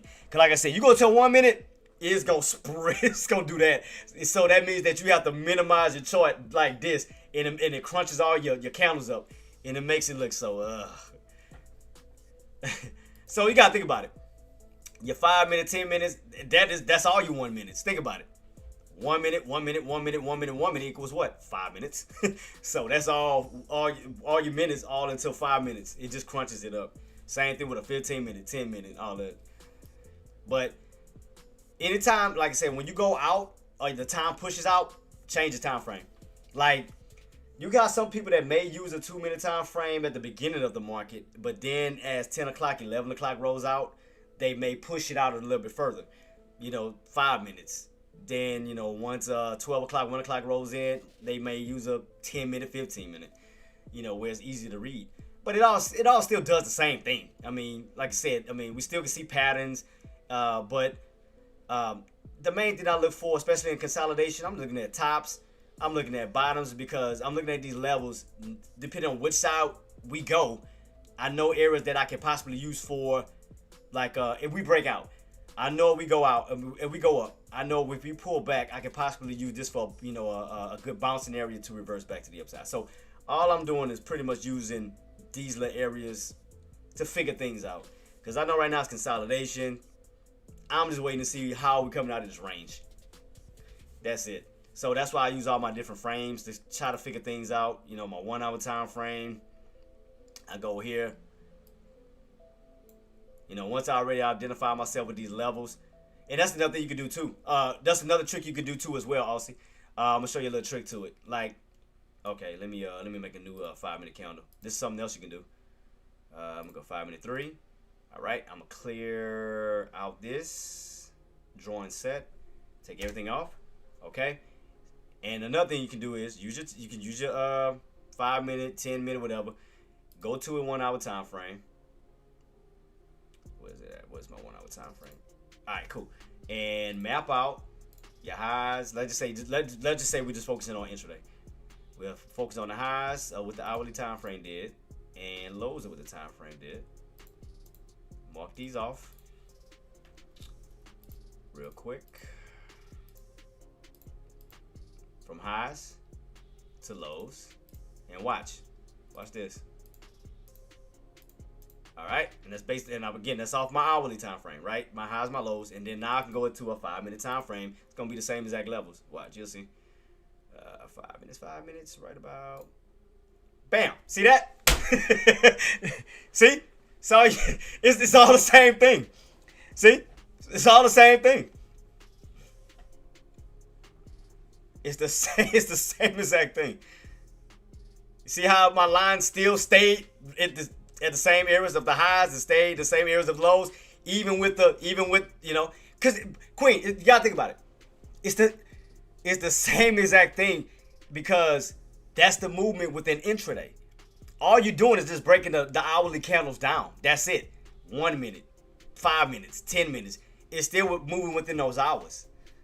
So that's why all I did was just take the hourly, where again the candles are more easy to read. Go to a 1 hour time frame. Mark off my tops. Mark off my lows on my hour, because I can easily read it. Because and again, I really use my 1 hour too for direction. I mean, look at your 1 hour. You can see the direction clearly on your 1 hour. That helps you out a lot too. So that's another thing you can use too, Aussie. Like, use your 1 hour to pinpoint the direction.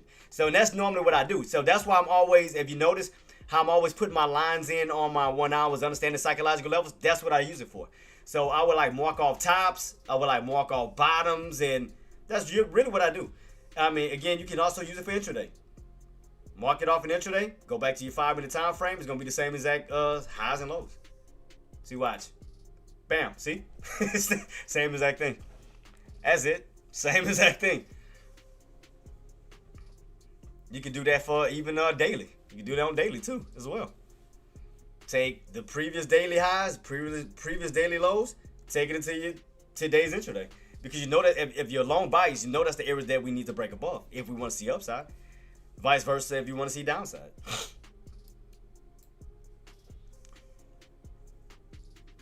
So right now, all I did was just take the 1 hour time frame for today, marked off everything I needed. I'm done. Now, what some people may do, Aussie, and you remember I sent you the video to the rumors, and they say the same thing. That's normally what they do. Like they'll normally they'll go into the 1 hour time frame. They'll mark off the highs and lows first. Now they may use they'll utilize the 5 minute time frame to enter a stock. But then once they enter, they'll go back into their hourly time frame. So that's normally what they do.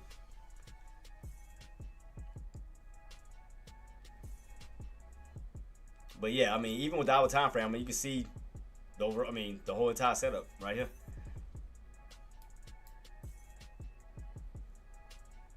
Highs, lows, that's all you need to really know. Because think about it. All you're doing is rotating between those levels. Here, that we can't break. And here, that we can't crack. That's pretty much what it's doing. Trying to figure out how it's going to get out of this box.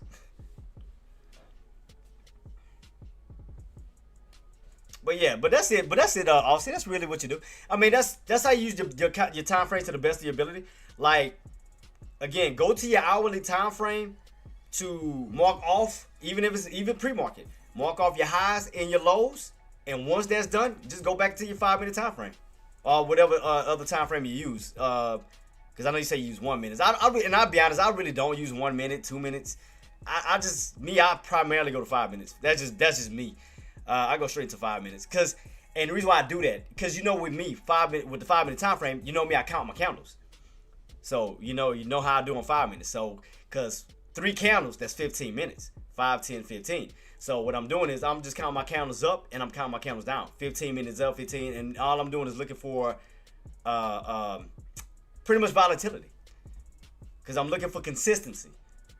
So I'm looking for continuation red candles, or I'm looking for continuation green candles to let me know who's really in control versus, getting caught in the choppiness where it's red, green, red, green, red, red, green, green, it's all mixed.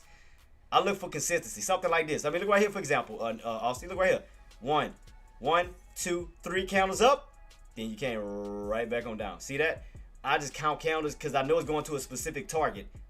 When I'm seeing consistency, And then once that target is met, then the next set of traders come in, and then they reverse it right back down. But also, why did we turn? Because we hit that 50-day moving average. We couldn't break above the 50-day moving average. Once, twice, we tried to break above it, got rejected, came right back underneath the 50-day moving average, and so forth. And now you can see it there playing right around those indicators, which is still looking weak. which is still looking a little weak.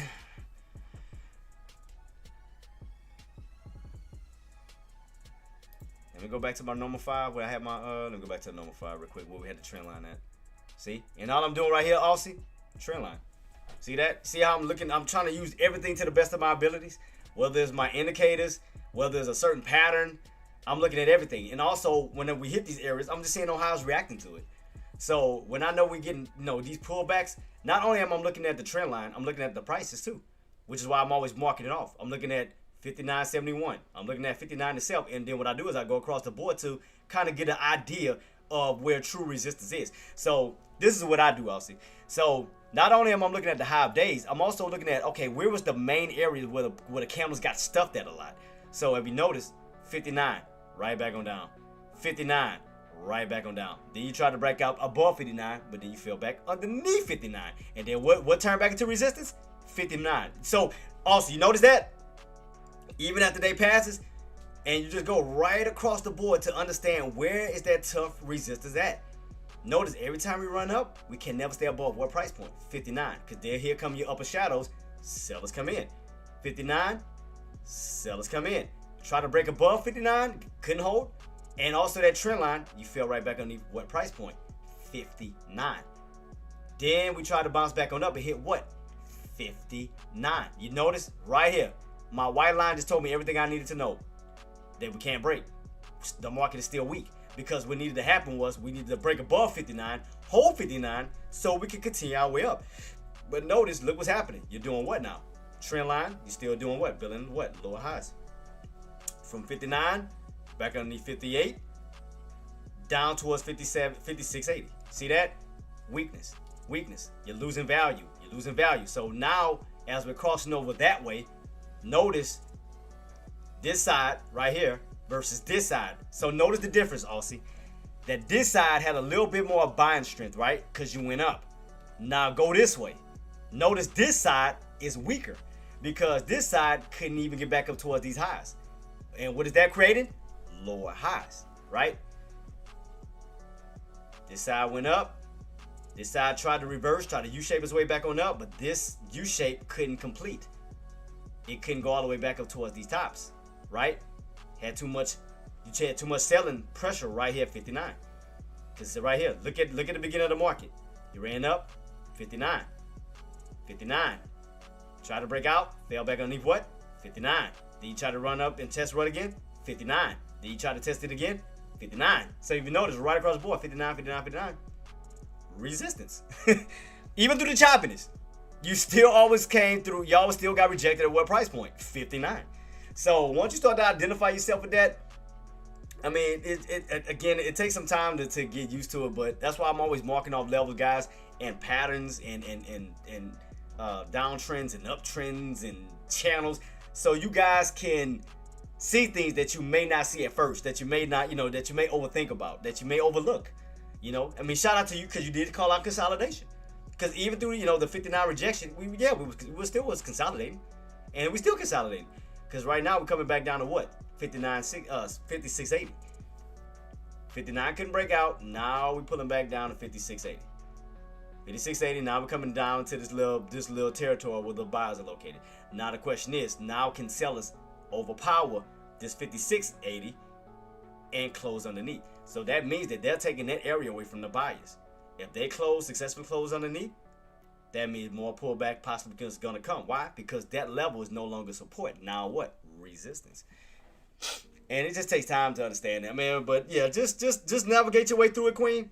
And like you got this. You got this. You'll navigate your way through it. You'll do fine, even through consolidation. So all we doing now from this point also is counting our candles. 1, got a second red candle here. Now what we're anticipating is a third red candle. We want that third red candle to close underneath 56.80 and possibly pull back down, because that's going to give us confirmation. Why? What confirmation, Jay? Is that now that those candles are successfully closing underneath, now that area is no longer going to be some type of support. Now it can be utilized for resistance, because even if they bounce back on up, where are those sellers now going to move at? Around this 56.80. Just like they did from 59, right? Then they moved their way down to 58, and then they're still trying to move their way down to where? 56. Slowly, just trying to nail them, just trying to knock them off. And remember, I told you guys, watch VIX, watch that 200-day moving average. Watch that 200-day moving average still holding. You see that? Buyers are trying to push back up to what? 25.50. We haven't cracked that 200-day yet, and we haven't cracked below 24.67. Remember, I told you guys that this area here was going to be a very powerful level, because that level has held before. That was last Friday's bounce on VIX. If you go back, what I told you, what did you have that strong bounce at? Friday, right here, 24.67, right back to the upside. That's why I told you we needed to crack if we wanted to see more upside on SPY. That's why I told you guys to watch the 200 and watch that 24.67. So you always got to put everything in motion. Put everything in motion. And I mean, it gets like that sometimes also. It does. But the best thing to do is just understand your overall pattern. Even if you can't see it on the 5, go to a different time frame and see, can you figure it out. Go to a 1 hour. What can we see on the 1 hour time frame? Can the 1 hour tell us something that the 5 minute couldn't? You know, let's go to 1 hour. What did we see so far on the 1 hour time frame? We see so far upper shadow. Oops, I didn't mean to do that. My fault, guys. My bad. I hate when this thing does this. My fault. I swear these charts be so sensitive. Anyway, like I was saying, notice upper shadow, and then you still fell underneath. What price point, Aussie? What price point I said we need to stay on top of for buyers? Did I not say we need to stay above 58, Queen? Throughout all of this, I said we need to stay on top of 58. Did I not say 58 was going to be crucial? I said buyers need to stay on top of what price point? 58. See right here, look, right across the board. Right here is telling you everything you need to know, Queen, even on the 1 hour time frame. You could not get above the 9 EMA. You could not at this time stay above what? 58. So what is that leading to more? Downside, Queen. More downside. Look at your candles. Upper shadow. And these are per hour. So that means that see what needed to happen if we wanted upside. The next candle over there, which is this red candle, that needed to be green. That candle should have closed on top of 58 for the move up. But what happened? We wound up closing underneath 58, wound up doing a green to red move. So that candle showed weakness. It couldn't continue off of that candle alone. Right here, back underneath 58, back down into this 56. So right here telling, and then even on the 1 hour, Queen, look at this. It's still representing what? A downtrend. Still representing a downtrend. So it's telling you everything you need to know from yesterday's setup going into today's setup. And we still have a downtrend. No bullish sentiments yet. Nothing yet at this moment. So right now, they still represent bearishness, still weak. So it's like... So, I mean, that's why I go to the 1 hour time frame. I go to a 5 minute, damn near 15 minute. I'm always trying to figure out something. And I'll go into my 1 hour again to identify the direction. Identify the direction of the market and the psychological levels. And also, I go into my 15 minute time frame as well, you know, which doesn't include post-market and pre-market, to also try to figure it out on that one. See, I go into my 15 minute time frame without post-market, pre-market to look for a pattern. Try to understand it in every which way. I'm looking for just anything. If I'm bullish, I'm looking for U-shapes. I'm looking for just something positive. The only thing that is showing us off the 15-minute time frame right now, Queen, is still an inverted cup. It's still showing a downtrend. It's still showing weakness. Everything is still pointing to the downside at this moment. You know, everything is still looking a little bearish. So, would it be the next level on down after we lose 56? Like I said, the next level on down, if buyers cannot maintain. Because you got to remember, we got that 2 o'clock volume that comes in too. Let's see. From that level, like I said, that's the reason why I was calling this area That's your last line of defense before you fall all the way back down. Because other than that, let me see. I might have to go to my 90 day. Yeah, I might need to go to 90 day. Yep. So how low was this one? After that, let me go back a little bit. Down towards 649.45. That was last year. That was November 21st. So, and you can kind of see the range from 58 on down to 49.45. I mean, you can see it right here. Look right here, Aussie. That's why I told you we need to stay on top of 58.12. Look at the range underneath it. 58.12 down into the low 50s, and your bottom's all the way down towards 649.50. That's why. So I look at every it's like which way I can possibly figure it out. And look where we at. So I try to figure out everything I can to help you guys out, man. I go through every pass, and I mean, I had to go back last year to figure that, like, what's gonna be the next bottoms from this area. That was all the way in November. Because again, once we crack out of this area, the next lower area is this one. It's gonna be around that 649.45. Because you can see it right here clearly. 58, right where my green line is, fell all the way down to where? 49.45. So that'll be that range. And we underneath what? 58. So all depends on where we're going from here. So we know how far we can possibly pull down to based off of the past. And that was November. So again, we can't break above 58. So we know 9 times out of 10, a seller's going to be trying to set up a trap at 58 on down. So it looks like we may be going for a possible another flush, Aussie. From everything that we just talked about, we may be setting up for another flush coming. Maybe another flush coming. Another flush should be on its way then. Let's see. So after everything we just broke down, that'll be your next level out on down that we all seen together. So, because we know that strong area was that right where we at, which is 56.80. We cracked 56.80. The next strongest level on down is gonna be again around 650. So watch this level here. You already underneath the VWAP. So again, bearishness. You already got a cup right here, cup pattern. And also look at your 5-minute time frame or whatever, and notice these little small patterns even in that area. You got a what? You got an inverted cup right here. Inverted cup, that's showing weakness. You're pointing down, not up. So we cracked that. We know that that's 56.80. We want, if those sellers come in and take that out, longs, all I'm gonna say is y'all probably better run. That's all I'm gonna say, longs. If we cannot hold and that no seller succeed cracking through this, y'all better run. Yep, they better run. They better run. I mean, we went through everything, Lucky. Cause like I said, underneath that area, underneath that 56.80, look right here. See? That's why I was telling longs, this is that last line of defense before we go further on down. See right here, right where we at. So you can see we had that strong bounce. Now after that, and I just went all the way back to November, the next level after that, underneath that green line, is going to be November's bounce. And that is 649.45. And you can also see the range in between 658, where my line is at, down to 649.45. You can see the range. Look at it right here. Look at the range. Before we got back up above 458 and then ran back to the upside. But look at the range underneath it. Look at all the room you have to fall down to. So, yeah. And then not just that, what else did we confirm, guys? We confirmed what? The weekly.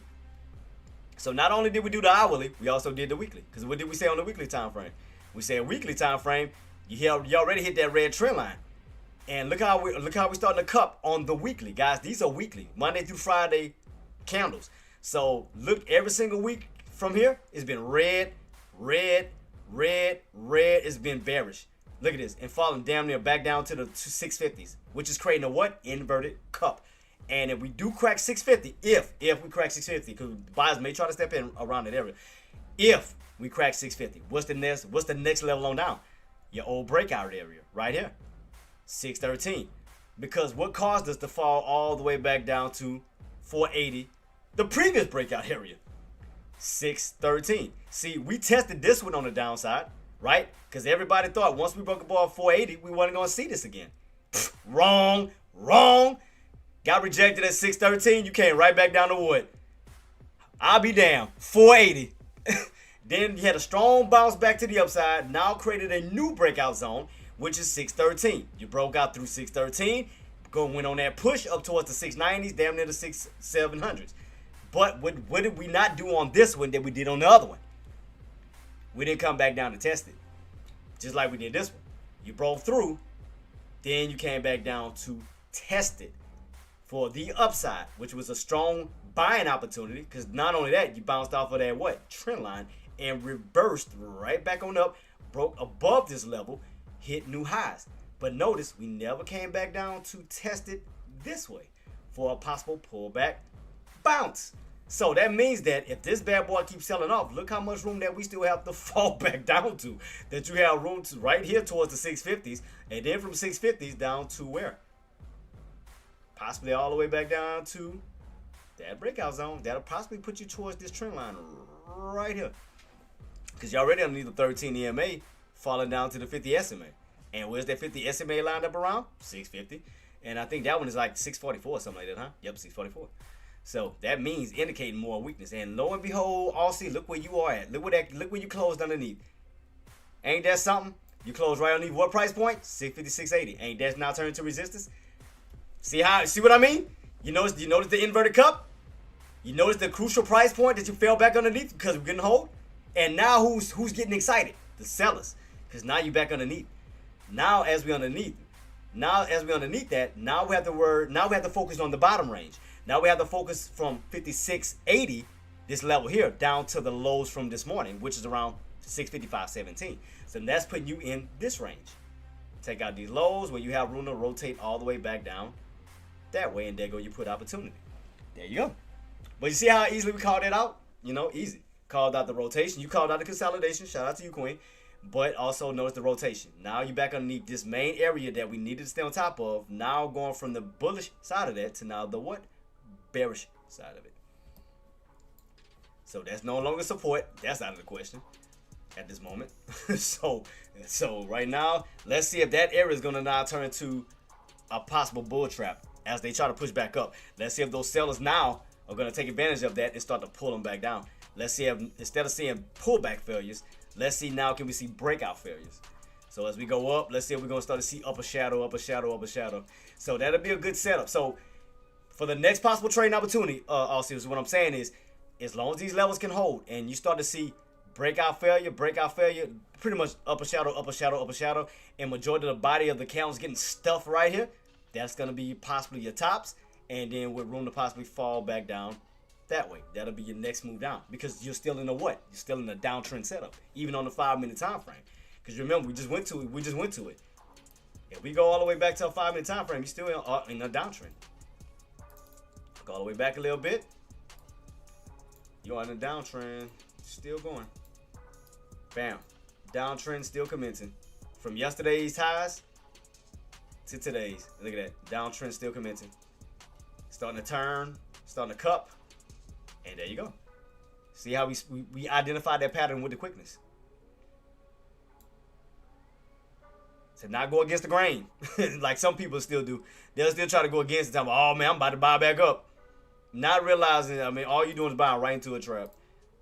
Because they want to buy long so bad. It's like, just change your mindset. The market don't care what you want. Not you, I'm talking about just people in general that still want to be stubborn and not see the pattern that's right in front of them. Do not go long. It's like, don't do it. Oh man, I'm about to buy some bottoms. Don't do it. The market is telling you what it's doing. That it is still weak. That it's still cupping. Fingernails. Yeah, man, exactly, Queen. It's like they see it and still ignore it. It's a number of patterns screaming out to them. Don't go long. You are in a 2-day downtrend. Don't go long. You have an inverted cup. Don't go long. You have now cracked the 656.80 with room to rotate back down to these bottoms. And there you go. And look. 1 candle, 2 candle. Let's see. And look at it. Downtrend. And look, we called it. Called it. Right down to the bottoms. And them sellers are coming in and invade those buyers, trying to take everything they can.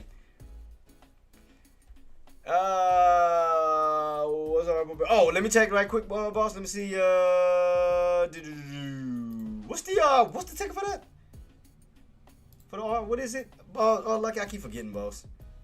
What's the for the oil? And look at that, boy. Y'all welcome. Y'all welcome. Y'all welcome. Enjoy the pullback. Enjoy the short. Y'all welcome. Y'all welcome. I'm trying to type it. Let me see real quick.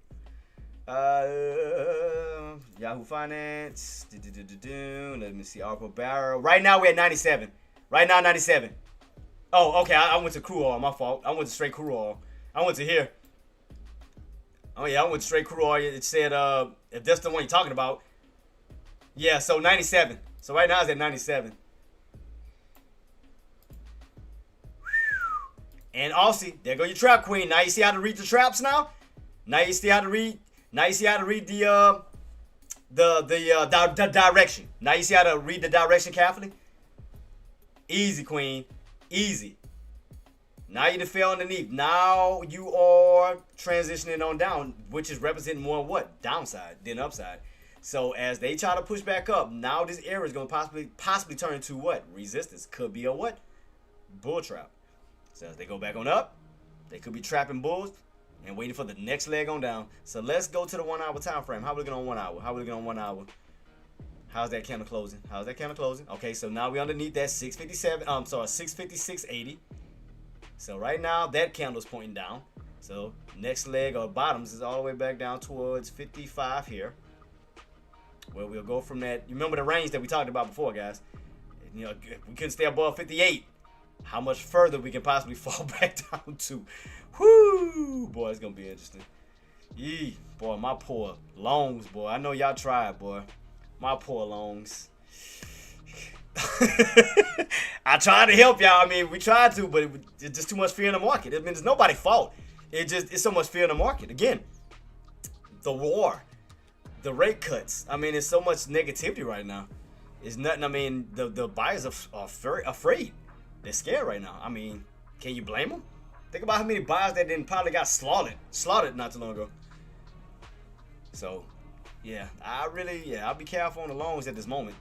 You know, till we get some positive news or something to give us a turnaround. But other than that, be careful going long right now. Just be careful. Because then look at VIX. Where's VIX back on top of? 25.50. Once again, went from that 200-day moving average, then back on top of what? Not just that, broke out of the downtrend. Went from the bearish side of things to now bullish. Now back on top of 225.50. So, yeah, longs, y'all might want to be careful on that one.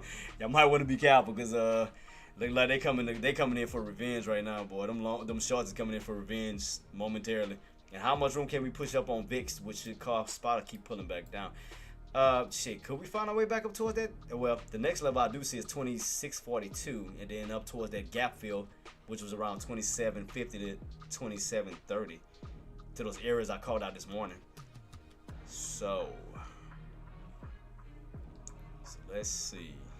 That look like that bad boy is U-shaping.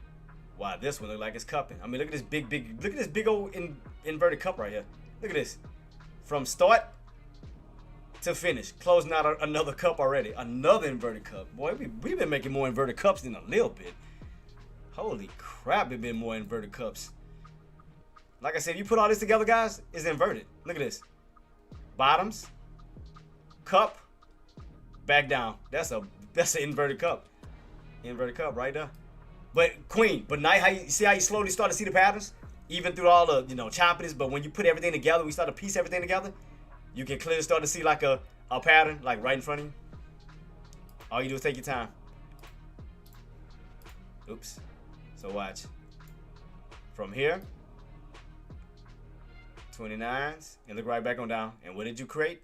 An inverted cup. And where are the bottoms? Right back down towards 55.17. And we're trying to soon come and close to closing out that cup at those bottoms. And shout out to Primo because he did call out 55.50. I gotta give credit to what credit is due. I gotta give credit to the GOAT. He did say 55.50. He did call it out. I gotta give it to him. And that Aussie, how many candles, Queen? Aussie, count your red candles. How many so far? Remember the 3 candle movement? 1, 2, and let's see if this third candle is gonna get that pulled back down. And that's giving us what, Aussie? 3 candles. Now you see why I use my 5-minute time frame a lot? I count my candles. Because it's just easy to help me out a lot. I count them bad boys. Think about it. 1, 2, 3, pull. 1, 2, 3, pull. 1, 2, 3, pull. 1, 2, 3. I know we're coming down back on down. Let's see. Let's see how this last one. Remember, we got a starter, continual, and finisher. We already got a starter. We already got a continual. So let's see if this one is going to finish, which should be pulling us back down towards that 55.17. Do you think? Yeah, Queen. It's so easy. Like I said, just notice the patterns. I mean, look at this. Now that you know more has, more candles have stepped in. Now you can see a clear pattern. You can clearly see an inverted cup. Easy. Count your candles. 1, 2, 3 right here. So let's just see if we're gonna get a little possible setup real quick coming. Matter of fact, let me see something. Oh, what, Jenna, what you said, Queen? I'm sorry, Queen. Down, IWM. Let me see. IWM, where we at? 44. What was the levels we talked about last time on IWM? Oh, no, we fell way far from the 50s. We ain't nowhere in the 50s no more, huh? Let me go back to IWM real quick. IWM.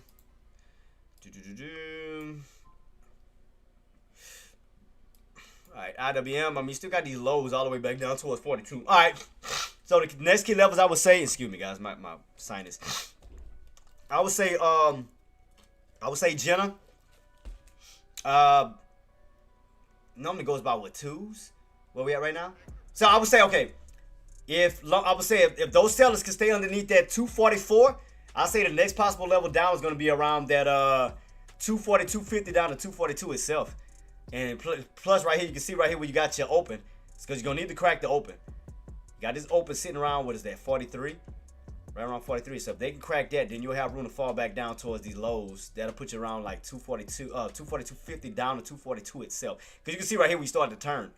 Right underneath that 45.50. 45.50, start to slowly maneuver your way back down to 44. And then from 44, because based off this 1 hour time frame, I want to see put it like this. If a second red candle forms underneath this one after this one close out, it should be pointing down that way. So that'll put you around, again, cracking underneath 244, push you down towards the 243s, which is right here where the bounce, we had this bounce at, and then your bottoms all the way down towards 242s. But if you were thinking long bias, you're going to have to get back above that 45.50. Because you can see right here, when you were above 45.50, you got a nice bounce back to the upside. Underneath 45.50, all you're doing is turning support, Jenna, now into resistance. And now look like that bad boy's creating a downtrend. So you see that? So it looked like we're still losing value. So if you're short bias or you're going short on it, you need to crack 44. From 44s down into the 43s, right where the open is, and then from that area down to the 42s. So in other words, you want to see a $2 pullback, 44s to 42s. Oops, I moved my damn chart. Didn't mean to do that. Spy, let's see that trap. Let's see if they're gonna get trapped. Let's see what's about to happen real quick. And don't forget, guys, you normally have some 2 o'clock volume coming in too. Don't forget about 2 o'clock volume. So let's see. Buy's going to try to push it back up. Let's see if this area going to turn back into now a bull trap. So count your candles up, Aussie. Now as you're going up. Because look, 1, 2, 3. Bam. All right. Now here come your green candles. 1, 2, 3. Let's see how we're going to go up and how we're going to finish up going up. But you notice all you're doing is you count. You count by damn near 3s. So 1, 2, 3. Close. Then now your green candles are coming in. Now count your green candles. Now you see how to do it, Aussie? Count your green candles. And not just count your candles. Understand your price point where it's going up to. So count your candles because you already know, okay, once this one closes out, the next one is going to try to push up to where? Around that 56.80 up towards that open. And preferably the VWAP. Because they may try to go for a possible VWAP test if they do go for a strong push. They may try to push back up towards that VWAP. So watch that. So you got a good green candle push. That one closed down in about 2 minutes. So after this one closes out, let's see if we get a second green candle up. So the second one needs to close above what price point? 56.80. Needs to close above 56.80. Because again, we want to create stairways. So this one needs to close above. Next candle comes in. We want to what? Continue. You got a starter. We want to continue and finish. So if everything goes according to plan on this bounce and those buys do step in, they're going to possibly try to push their way right back to that trend line, which is lined up with what price point? 58. So if they do continue, they're going to try to push their way right to that trend line and retest. And what's going to be waiting right around here? 58-ish level. So keep that on watch. Guys, let me run to the restroom real quick. I'll be right back. If y'all have any questions, comments, or concerns, guys, do feel free to reach out to my mods. Aussie, Jenna, all of y'all, you guys are doing an amazing job. Lucky, thank all of y'all, you guys, for always having my back. Taylor, you guys are doing an amazing job. I'll be right back. Keep this on watch. Aussie, watch your candle. Watch it. Remember, these are 5-minute candles. Watch it. Oh, we already closed out as soon as I said it. And then what did we close on top of? 658.80. Told you. I told you. I get so used to this crowd, man. Like, you get used to on how it moves or what it's trying to do. What I told you was going to try to close on top of 658.50. And then I said from this point, that one should be you continual back up that way. So let's see, can we push up towards that VWAP? Because what they may try to do on this bounce, go for a 3-candle push. So you already got one. This one is going to try to push up to the VWAP. And that third one coming in should try to push up towards that 58 if those buyers are going to proceed. But watch 656.80 still. Keep watching that because you want to stay on top of it. Stay on top of it. If they can succeed, get back on top, they're going to go for the VWAP. And then from that VWAP, they're going to try to retest that 58. So mark my words. Tell me I'm lying. All right, guys, I'll be right back. Let me run to the restroom. Keep everything on watch. Watch candle number 2. Watch on how candle number 2 is going to close out. And then once candle number 2 closes out, watch number 3. So I'll be right back, guys. Thank y'all so much for everything. Appreciate y'all. Let me run to... All right, I'm just watching. All right, guys. Be right back. Peace.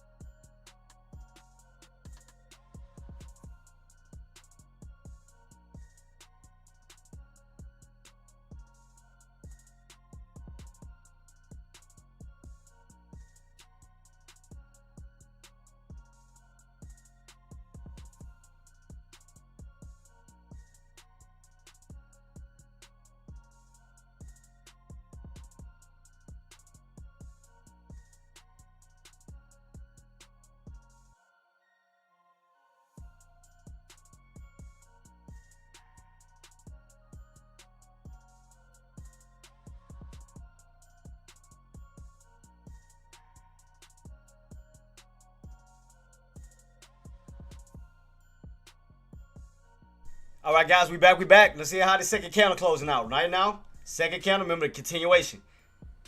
Gonna try to go for that possible VWAP. Let's see. Let's see if they're gonna go for that VWAP push. See, I told you it's gonna be a little buy zone right here. See if those buyers gonna try to hold it. Let's see.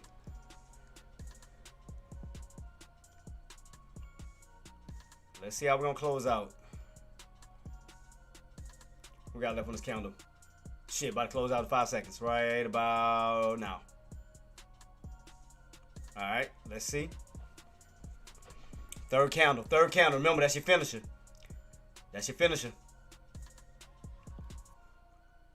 So, in other words, can we finish above 57.50? Let's see. Let's see. Let's see. Can we finish up? Can we finish up? I'm trying to see if I see any other strong resistance anywhere along the line where they're gonna try to stop them. Let's try this little area right here. Gotta finish. Gotta finish. Gotta finish. Gotta finish. We don't want to fall back underneath 56. We don't want to fall back underneath that 56.80. We don't fall back down. We want that candle to finish up. Want it to finish up. Gotta finish up. Gotta finish. Gotta finish. Gotta finish. Candle number 3. Candle number 3. Gotta finish up.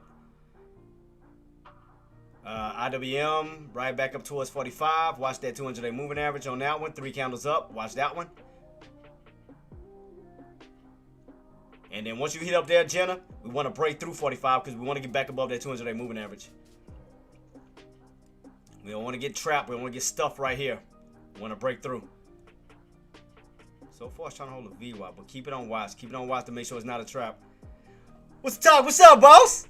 Yeah, man, it's Chop City. Yeah, and I was telling people the reason why I was going to be Chop City was because we already had a big move yesterday. We had that dump on down yesterday from like 674s all the way down into the 50s. So now we're in the consolidated phase right now. Because after every big move is always consolidation right behind it. Always consolidation. Remember I told you guys, we already made a big move yesterday, which was right here. We already dumped on down from the 70. I mean, look at this big drop from yesterday. Look at this. 74.50s all the way down. Now after a big move, you're in consolidation. Now the question is, how are we going to come out of this consolidation? Are we going to continue down, or will buyers step in and push it back to the upside? So let's see. Still in this range, and that's crazy. Still in that. Yep, still in consolidation, guys. Still in consolidation. Buyers are still trying to hold their territory. Let me mark one off for the sellers. What are sellers? Let me make a duplicate copy. I want to say about right here-ish. I'll put that little spot. Mark that off in red.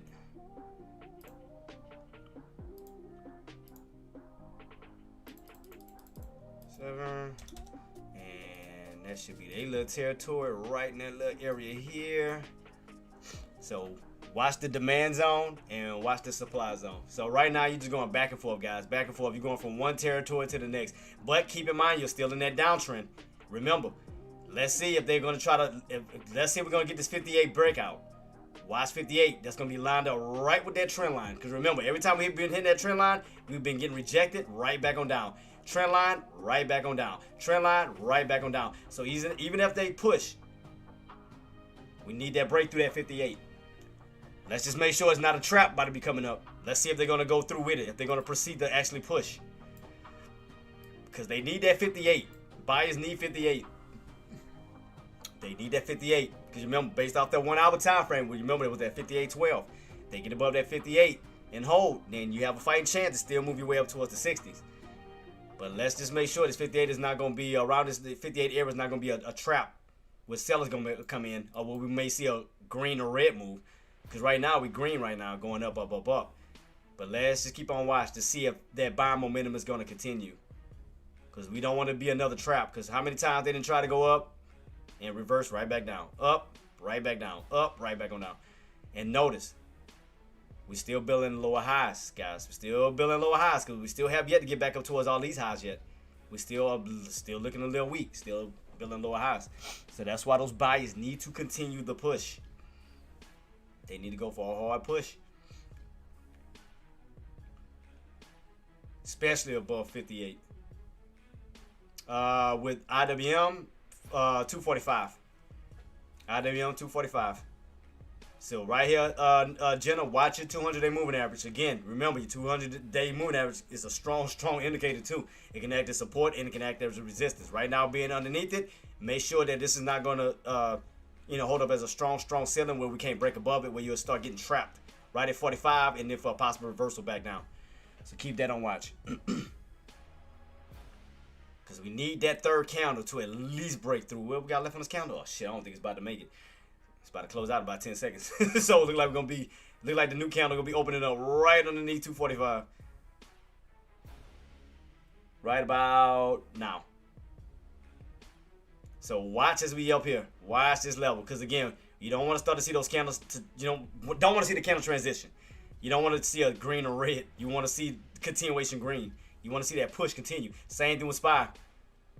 We want this bad boy to continuously push. You're already holding above 56.80. That's good. We don't want to fall back through it. Because you fall back through it, that's a wrap. And you're underneath the VWAP. See, the candles are starting to weaken out a little bit. Starting to weaken. Still not strong yet. Candles are getting weaker. Can't look at your candles. They're getting weaker. See how these two candles were strong? And look, once you got to that third one, it started to get weak. Let's see. Buyers need to push. Need to push through. Push. We need to get that breakthrough 57.50 up to 58. To give us a fighting chance, to see if they do it. Because you don't want to get stuffed right here. You can see upper shadow already starting to form right here. Upper shadow, like right here. Right around 57.50. Alright, breakthrough. Need to break through. Because you don't want to, again, you don't want them to start setting up a trap right here. Oh, my mom calling. Hold on, guys. My mom calling. Hold on. Give me a minute. Shoot.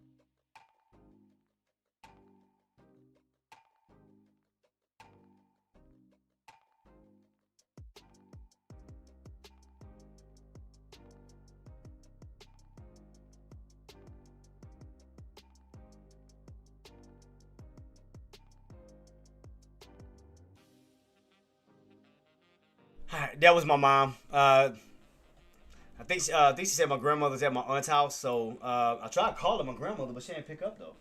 I was trying to check up on her. She didn't pick up.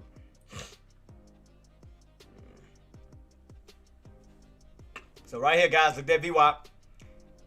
See what I mean? Same thing with IWM, 245. See?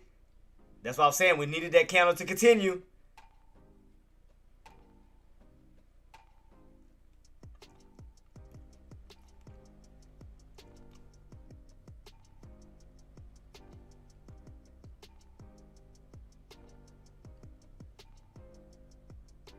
That's why I said we needed to break above that 57.50, because that would have got us through that. It got us on top of the VWAP. But notice we ran to the VWAP, we tested it, and then back on down. Right back on down. Still creating lower highs. Guys. Still creating lower highs at this moment. See? Now you're having the red candle right back down. See that? Buyers are not able to hold. Buyers are still showing weakness. Still not holding. Still not holding at this time. So it looked like it was nothing but a bull trap. Nothing but a bull trap right here so far.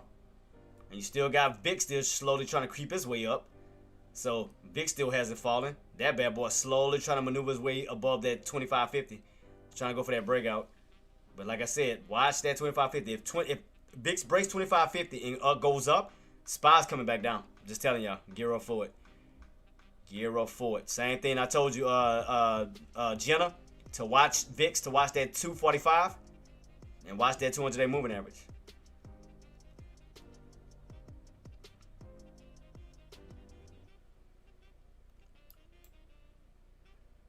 So keeping everything on watch, guys. Keeping everything on watch. But the fact is, we still didn't break above this this 57.50.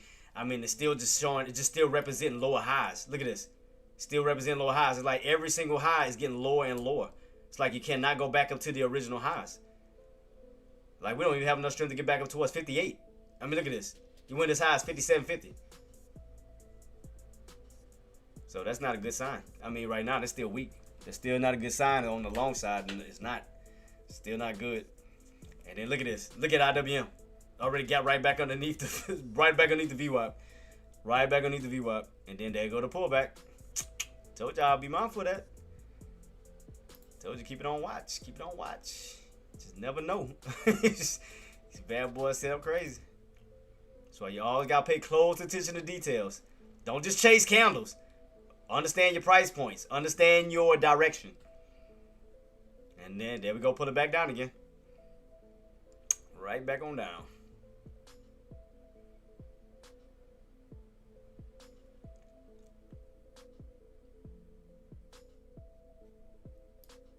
So Lucky, how low do you think we're gonna go today, boss? What you thinking? Also, what y'all thinking? How low you think SPY gonna fall if we do get a hard crack? You think we're gonna see that 250? I mean that 650? What y'all thinking? Cause once it cracks out of this range, I mean, cause all of this gonna turn to resistance. You back underneath the 53? Okay, appreciate you, boss. 53, okay. Cause everything is still, like I said, I mean, it's just still bull trapping. Indicator still weighing this bad boy down.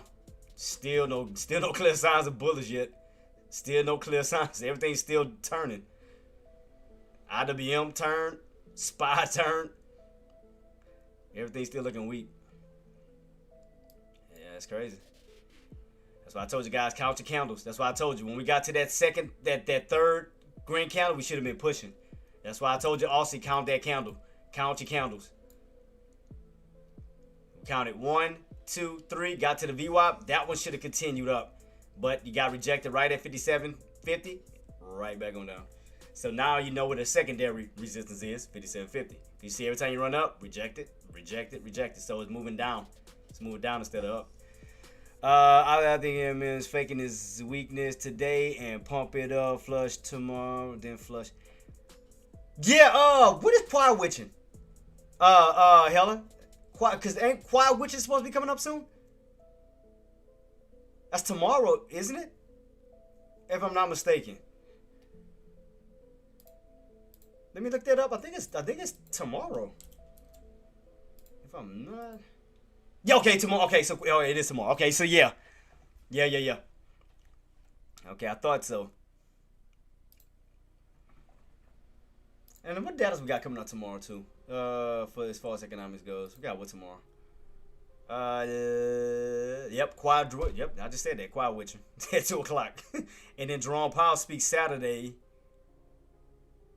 at 10:30. So right here, guys, still looking a little, man.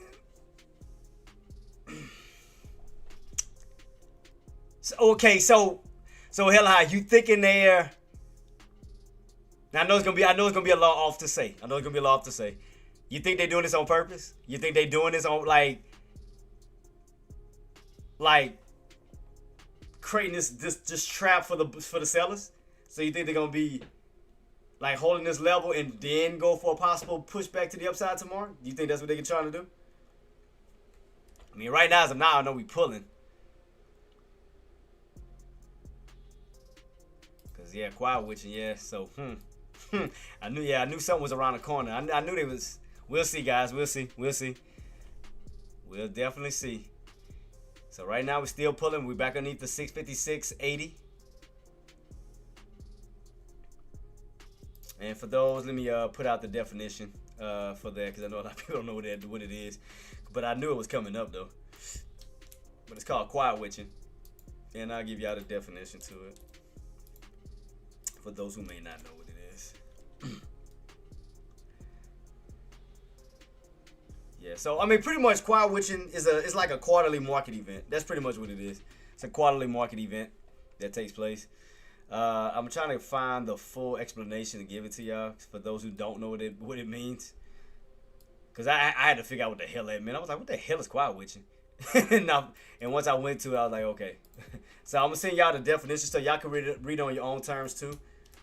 I think they should have a video to it that we can that we can watch real quick on what it is for those who don't know what quiet witching is and how it affects the market. But I did send y'all the link as well. So I did send y'all the link to quiet witching. And right now, guys, keep it on watch. Pull them back. Here you go. Still showing weakness. Still cupping. So right now, still pulling.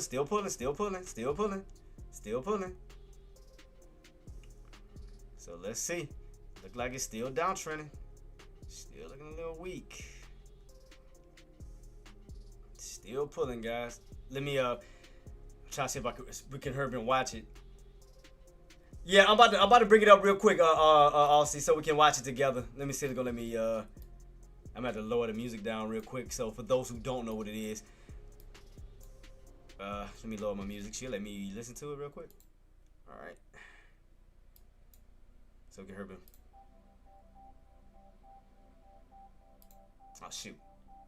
According to folklore, those who practiced witchcraft were especially strong and active during short periods of time, which created the term witching hour. In a financial context, quadruple witching refers to the day on which contracts for stock index futures, stock index options, stock options, and single stock futures expire.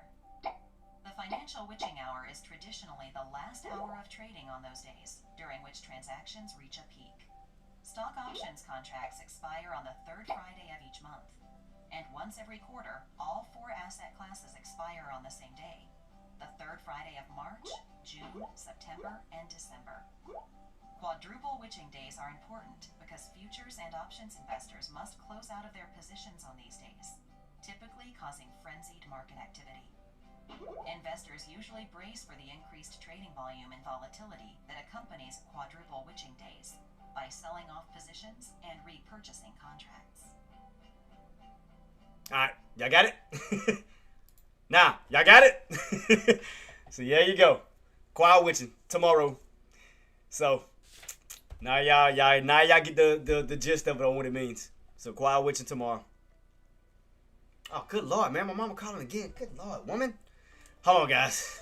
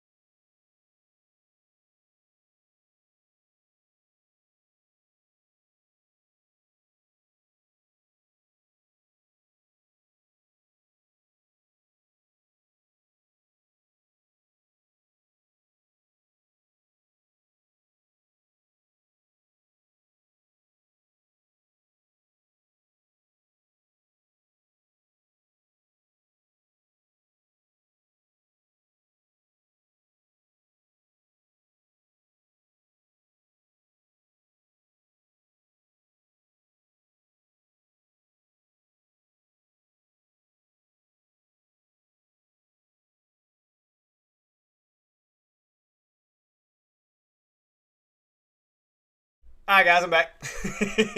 Well, all right, put the music back on. But now that y'all got the gist of quiet witching and what it means, and when it comes out, how important it is, how volatile it can be. So now y'all get the gist of it, and I did send y'all the link on Investopedia, so y'all can, get a better understanding of it. So at least y'all know now, y'all aware of it. So. Cause I mean, let me ask you how many new quiet witcher was coming out tomorrow before I said anything. That's why you always gotta check your economics, and which economics holds a lot of power to the market. You know, CPI data, PPI data, GDPs, non-farm payrolls, quiet witching, FOMC. I mean, because the same ones replay over and over and over. You already know initial jobless claim is always damn near every Thursday if a holiday is not involved. So normally every Thursday is jobless claim, so you should have that down in your head. What's the doing? What's up, boss?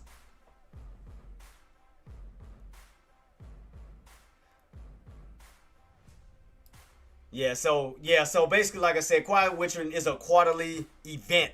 So basically, like I said, that's a time where option traders and so forth where they lock up. They close out those contracts and pretty much kind of like start like a refresh, a restart. And it gets volatile. It gets very volatile. So, I mean, we could see some volatility because I think it's at 2 o'clock. So, around 2, we're going to definitely see something. But that's the only thing I see for tomorrow. I don't see any other major data coming out tomorrow.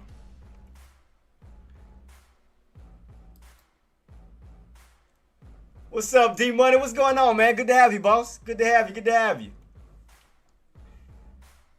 So right now, so that's what I'm trying to figure out is quiet with you coming out. Man, not much, boss. I had took some. Well, I was off a few days, man. I had some unfortunate situations that happened with my grandmother, so I had to take off for 2 days, man. And so far, like I said, she's in stable conditions right now. And and I told everybody I'll keep everybody updated. And my mom just not too long ago called me, so she is out of the hospital. She's at my aunt's house. I tried calling. I don't know why she didn't pick up. I'm gonna try again to see how she's doing.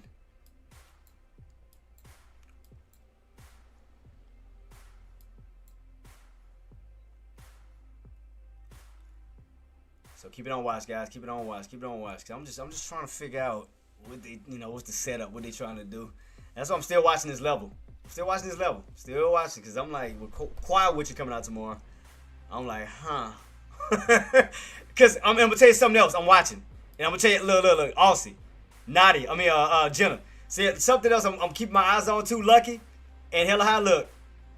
Wait, no, I'm on the wrong one. My bad. Let me go to Spy real quick. Hold up. Something I'm noticing too. See, look right here. You see how they're trying to hold.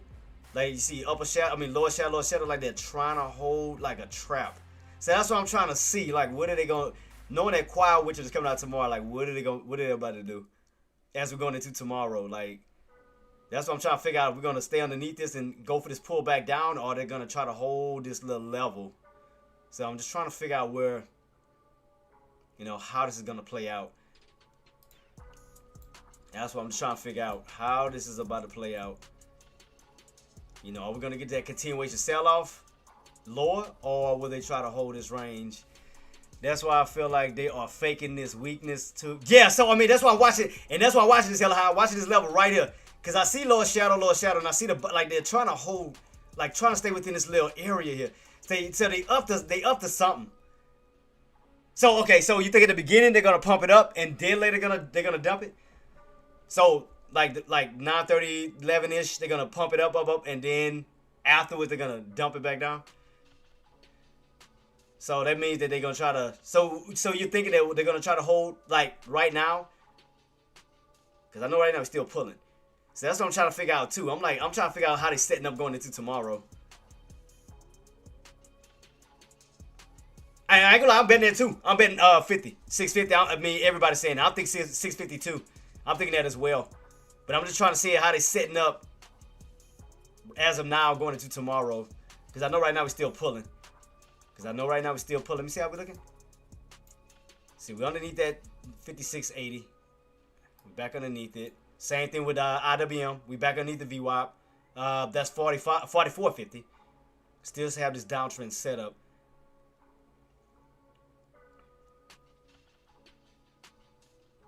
Yeah, they definitely chopping right here. They doing something. They definitely doing something. They up to something.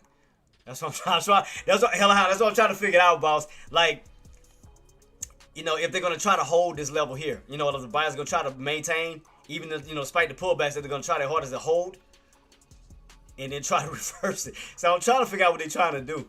I'm trying to figure this out, guys. What they up to? But you remember I told you guys, watch. I told you it's going to be a lot of back and forth in this, because I told you today was a consolidated day.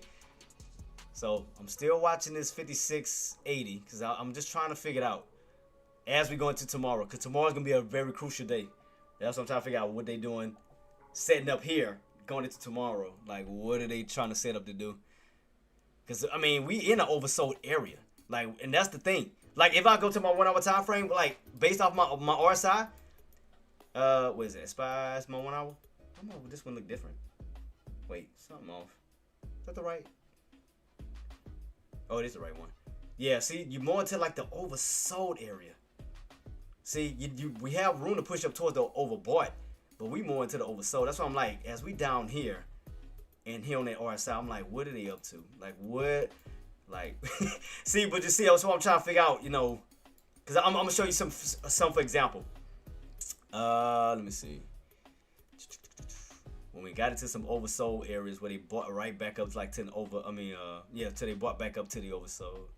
So right here was a bottom, and they bought back up. So that's why I'm just watching. And we had some other areas, like right here. Like right here, you had this deep oversold area, which was a good buying opportunity. That's that 56, 56.80. That's that 650, 680. That's that oversold area, right? They bought in when it got oversold, and then bought right back up into the overbought. That's what I'm trying to figure out while we right here. How they setting up right? They up to something. Yeah, they up to something. They up to something. Because I can see if you was overbought, I was like, okay, yeah, more downside. But if you were already in the oversold area, trying to hold an area that already bounced strongly before, and right at that 56.80 once again, they up to something, guys. See right here, that was last week. They had that strong, that was last week, right? Yeah, but they had that strong bounce, 56.80, right? And ran right back on up.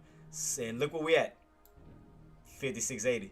They up to something, boss. They up to something. They plotting. They plotting something. I don't know. They plotting something. They put me in a bind right now. Because I do see lower shadow. I do see a lot of buying pressure, and they pushing the body of that candle right back on top. And how many minutes we got left? 9 minutes to the candle close. 9 minutes. And so far, on 9 minutes closing, they got back on top of that 56.80.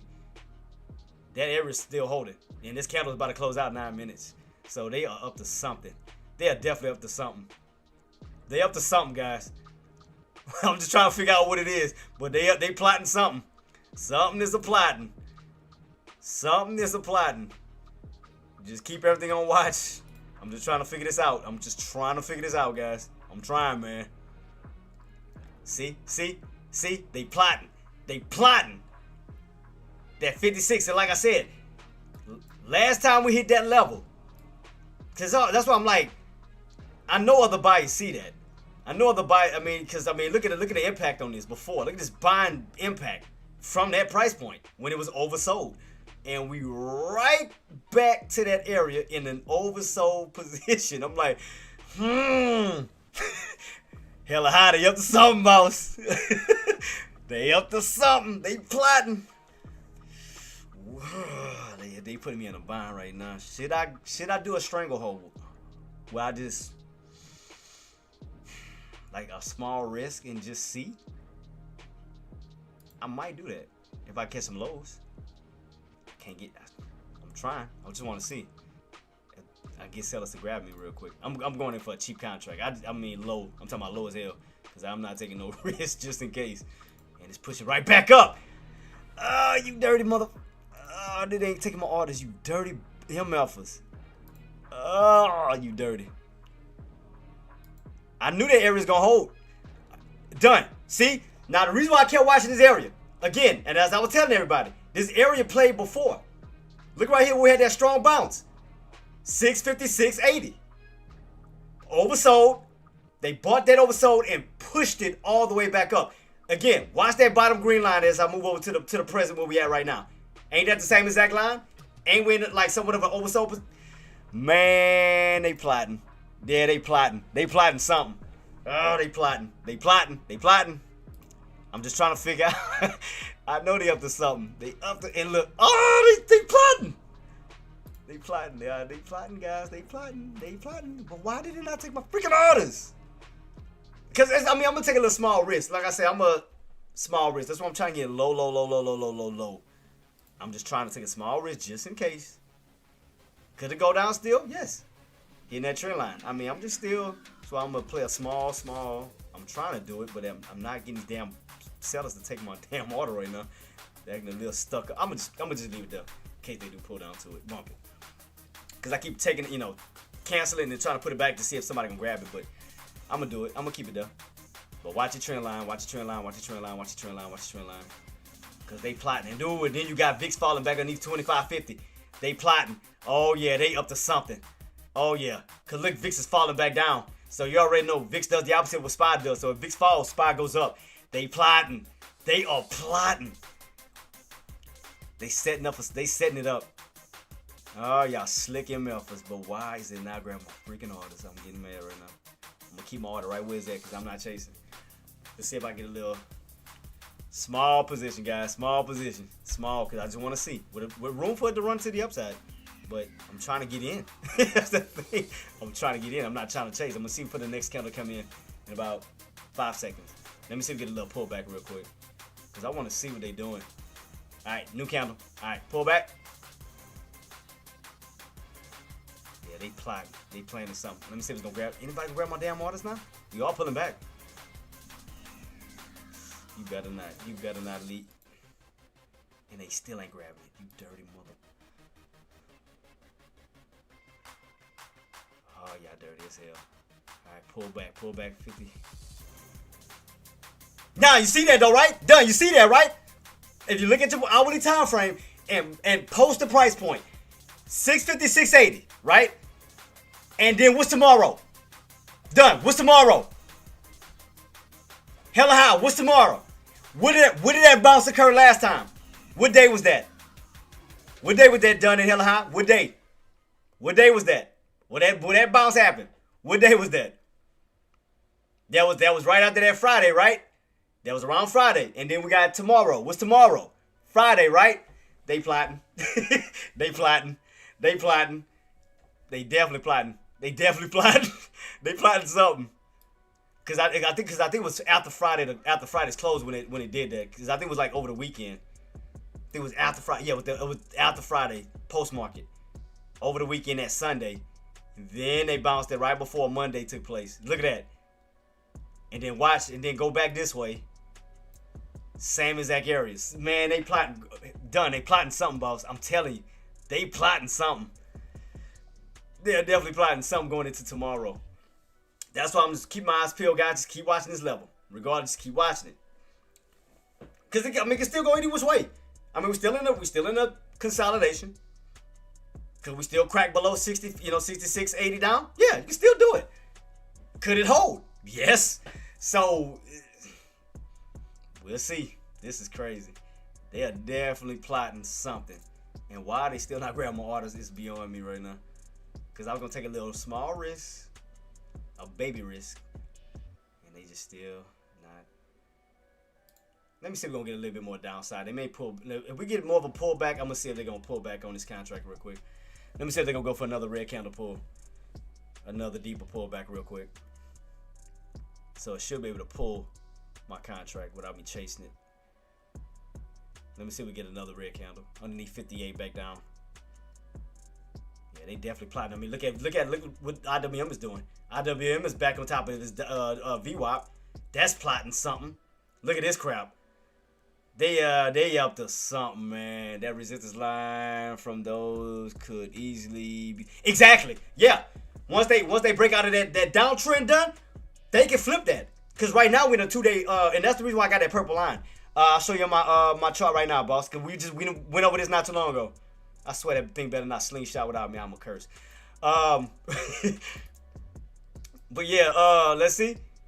From yesterday, boss, from those highs around 74.50. Look, downtrend. And if as long as that area holds and those buys go for that push, and then I'm gonna show you something else I seen too. They break out of this, we could turn a downtrend to an uptrend going into tomorrow. Because look at all that space and opportunity you're gonna have for Friday. If they hold and we go back that way. Look at all the space and opportunity. Because you're not gonna be in a downtrend. And unless something else I noticed. Oops, wrong. Let me fix that. Something else I noticed on the 1 hour. I think I did show y'all this earlier too. That I noticed. Something else I noticed. Hold on, let me. I'm trying to get my stuff fixed again. My bad, guys. All right, let me see if we get another pullback real quick. I want another pullback because I want those contracts to keep pulling. I want those contracts. I want to get low as possible, just in case, because I don't know what to expect. Let me see. Can I grab it now? Still ain't freaking grab it. What time is candle close out? Close out in about what? Oh, a minute. Let me see if we get one more candle. Anyway, on the 1 hour. As I was stating, if they do this, Done. Tell me if you agree, boss. Hella high. Tell me if you agree, boss. If that's the game plan they pulling them for tomorrow. I notice a shoulder. I notice a head. And if they get back above that 664.50, back down to 660, utilize this almost like a right shoulder, I could see something like that. I mean, that almost give almost like a head and shoulder pattern inverted. I see that too. That's what I'm trying to figure out what they're doing, what they trying to do. Because I see a shoulder here. I see a head here. And if they get back above those levels, they can reutilize that for the right shoulder. Back above 660. That way, towards that 200-day moving average. And that'll give us that setup. So they up to something. I noticed all of that. I'm noticing everything, boss. I'm noticing every pattern possible. I'm trying to figure out the positive to this. Yeah, I'm trying to figure it out, boss. Let me see. Did they pull back enough to grab it yet? Nope.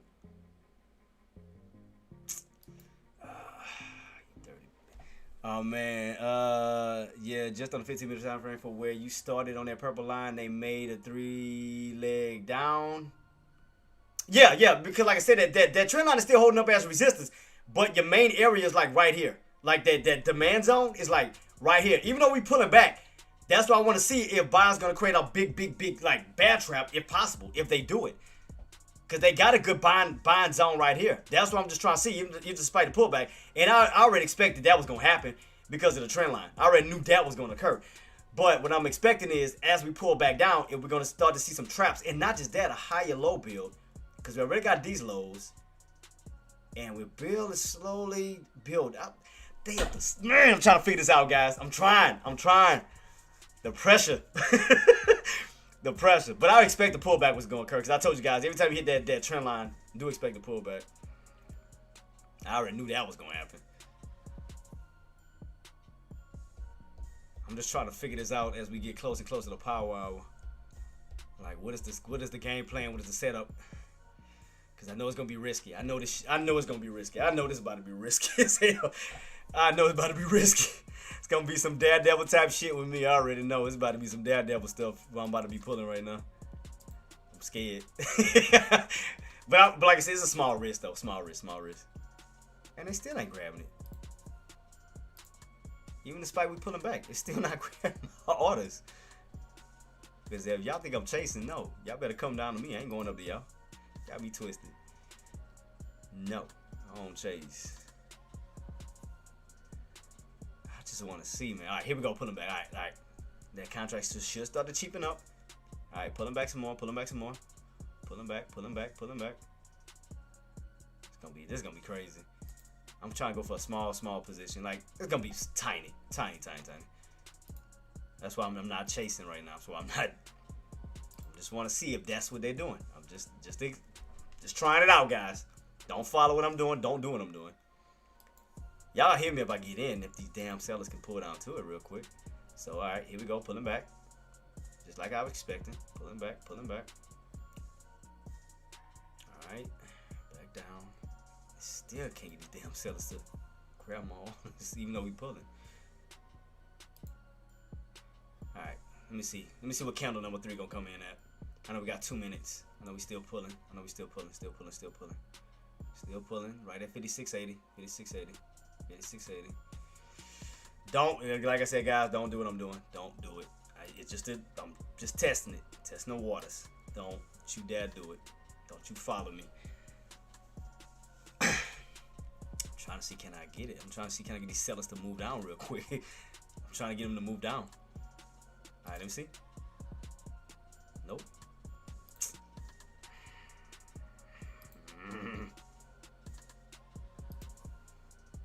Come on, keep pulling. Let's see if we get one more pull back down. One more red candle, let's see. Oh, this is gonna be tricky. Oh, I know this is gonna be the trickiest shit. Oh, this is about to be tricky.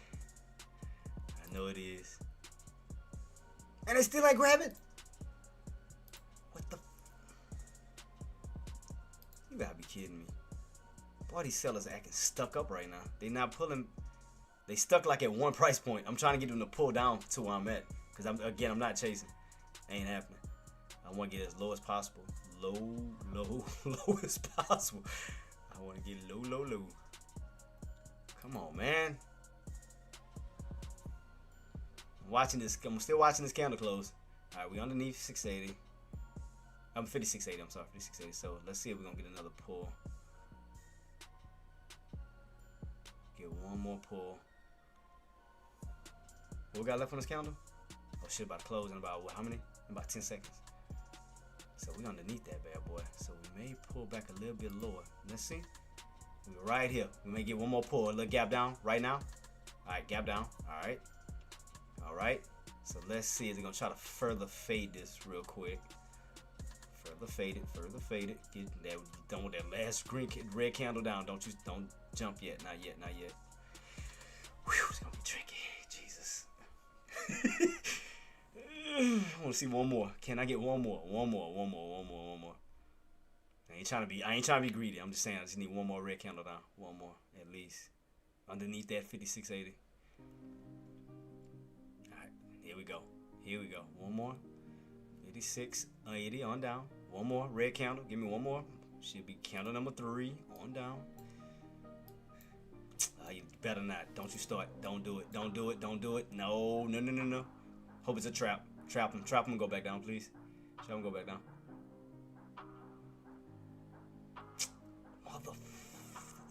It better be a trap. That's what I say. They better trap him and go back down. Pull back down. Pull back. Don't you do it. Don't. Not yet. Go back. Below. Come on.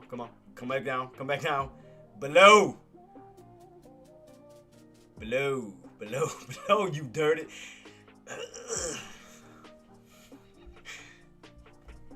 Come on. Don't you dare. Don't you goddamn. You son of a.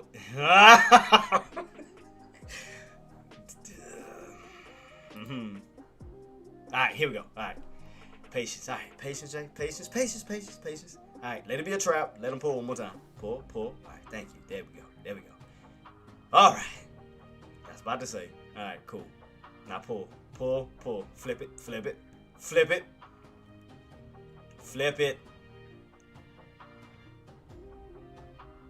Go back underneath. We should see another red candle. Should be another red candle. This should be a bull trap. Trapping some more buyers, and we should be pulling back down. Come on. Pull. Need you to pull back down. Yeah, pull back the opposite way. Pull back. There you go. All right. Scared me for a minute. All right, sexy. All right, big sexy. That's what I'm talking about. Now flip it.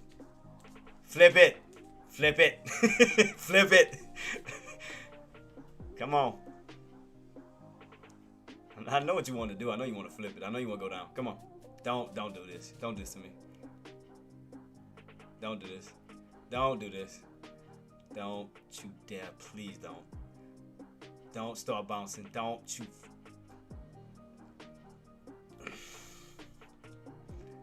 It better be 3 minutes. 3 minutes. I'm being patient because they still ain't grab my damn orders. Come on. That should have been a third red candle down. We still got time. We got left. Still got 2 minutes left. Come on. Pull back down. Pull back. I don't want you doing it yet. Wait. Don't do it. Alright. Still weak. Alright. Still looking a little weak. Come on. They about to mess my game plans up real quick, man.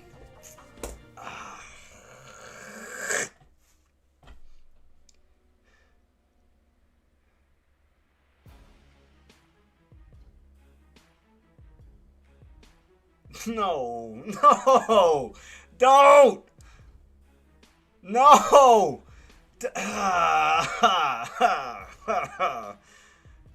Come on, man. Not yet.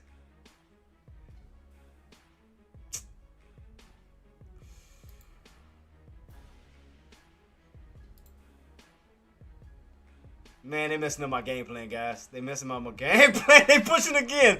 Stop. No push. Stop.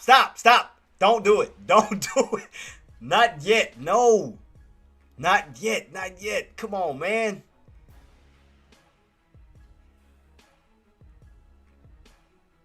Come on. 20 seconds. We are still underneath 75, 50. God dang it, it messed me up, man. I was waiting on a third red candle back down and then a trap. Let me see. Oh, God. Let me see.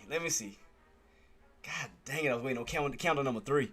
They messed me up. And I'm going to go with my game plan, what I was trying to do. They did it. They gapped up. You son of a... It's not you dirty... That's what I wanted to do after. You dirty... Alright, I'm going to tell you my game plan. What I was trying to do. It messed me up. Okay. I was waiting for candle number 3, which is this candle here. I was waiting for a fake out.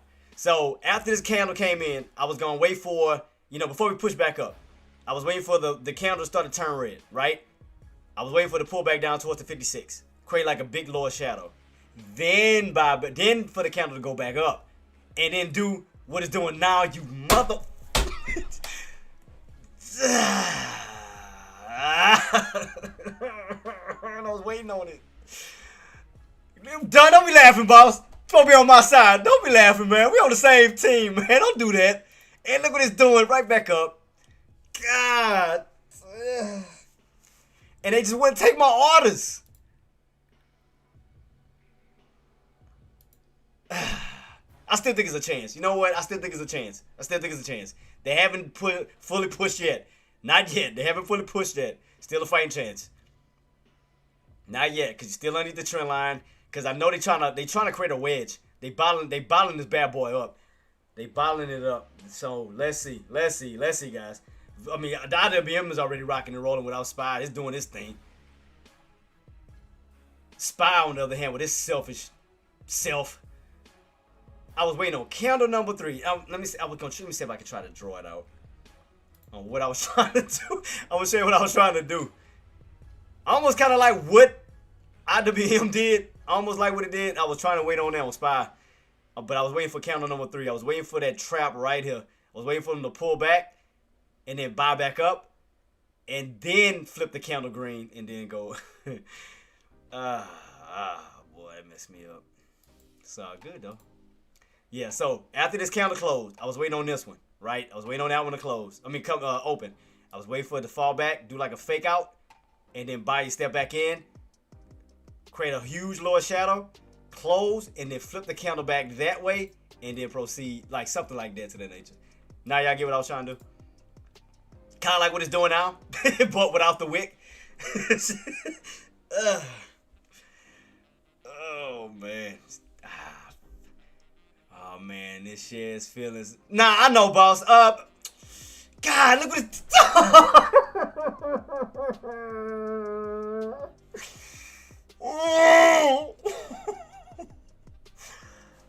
Oh, my God, it hurt. Oh, my God. I want to cry so bad. Oh, my God. And it did exactly what I wanted to do, but instead of 3 candles, it was 2. And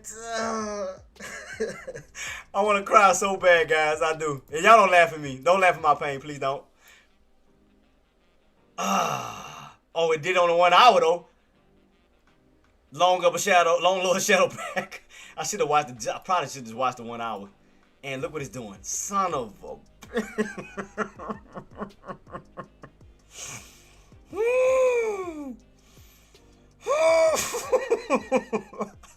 And it's doing it what I wanted it to do too. Oh my God. Oh, I want to cry so bad. And it did it too. And look, that's what I wanted. Which I was waiting on that downtrend breakout and left without me.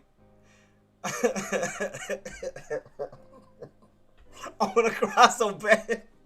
I was trying to get in with the damn sellers would take my orders. Oh, that hurt. Oh, that hurt. That hurt. Oh, that hurt my heart. I want to cry, like seriously cry. I mean, y'all heard me break down my what I was trying to do. That's why I'm telling you guys, don't do what I'm doing. Let me do it. And I was gonna do it. And I could not get filled. Because it didn't pull down low enough for those sellers to pull down to my orders. I want to cry so bad. I want to cry so bad right now. Damn. Oh,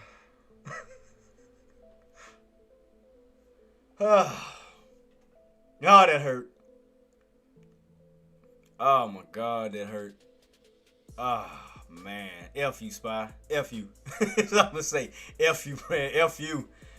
F you. That was cold-blooded. That was cold as ice. You dirty broad. You dirty broad. You body dirty. Alright, that's cool. That's cool. That's cool. That's cool.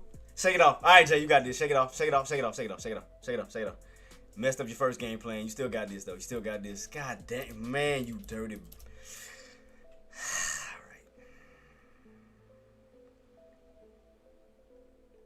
I can't believe it did that, though. Left without my happy ass. It gave me the fingers on my ha-ha.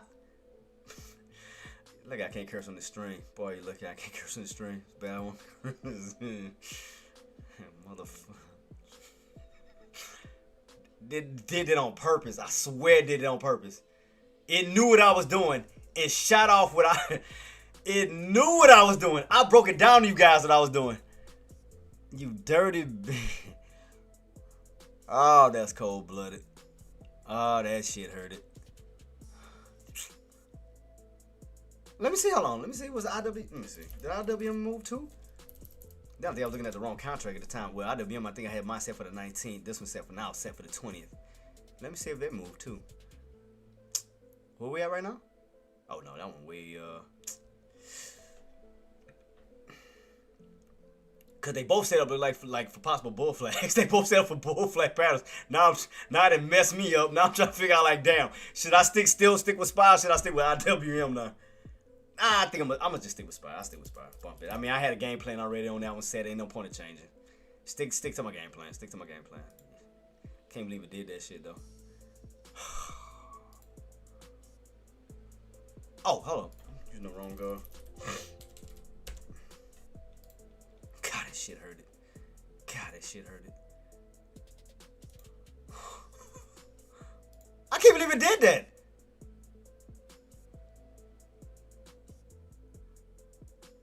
Like, that shit, like, dude, that actually hurt me to my heart. Like, I was waiting. I was, I mean, well, right now, Don, we still got the, we still got this 74, I'm sorry, 58 down to 57.50, the VWAP. I mean, still got the VWAP pullback they can still utilize. Get a deep pullback and create another trap and then slingshot it back on up. Because if you put these two candles together, you got a bull flag pattern. If you look at it like 10 minutes, it should be a bull flag pattern setting up. Let me see real quick. I think, do I have a 10 minute? Let me see. Nah, it don't look right. Nah, it look ugly as hell. I thought it was gonna be a bull flag, but if I go back to my 5, I mean, you can clearly see it like it's almost like a bull flagish type setup. You're above the VWAP. So let me see, man. God dang it, man. Let me see if I can try to coast another opportunity. Ah, man. Because I wanted those bottoms. Like, I wanted these. That's what I wanted. Below that 56.80. Then back above. Because now I'm going to tell you why I was going to do that. Was because if I would have got underneath 56.80, I would have had like a safety net. I would have had some shield. Because even if, before we'll pull back down to my lows, you would get blocked or, buys would be stepping in. Kind of like protecting me in a way. So that's why I wanted it down here. I wanted to get in at these lows down here and then back up. So even if we get a pullback, I'm at least have something to block. Before it comes down to my entry completely. Where I have a safety net. Almost like this. Oh, right here, done. Like this one. Right here. Like, see how they had these lows? And then you went up? And these lows here never came back into these lows. So you had a safety net. You had something to block it. You had something to protect it. So, I mean, even this one. You got these lows. These lows can come back down to these. So you had another safety area. See what I mean? I like to get in the areas where I can get in through something and it can turn into like a safety net. I mean, right here's prime example, guys. If you would have bought in at these lows and then the next pullback, it stopped. You got halted or stopped before you came back down. So therefore, you were still safe. So therefore, you can still enjoy the ride back to the upside.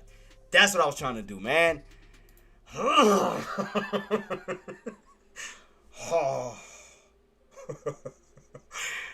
Make me about to go crazy. About to make me go bananas in this rump shaker. It's all good though. But hey, done. At least y'all, you knew my game plan. At least I broke down my game plan to you guys, what I was trying to do. But Aussie, Jenna, that's a little trick to do too. I don't know if y'all ever thought about that. That's a trick to do too.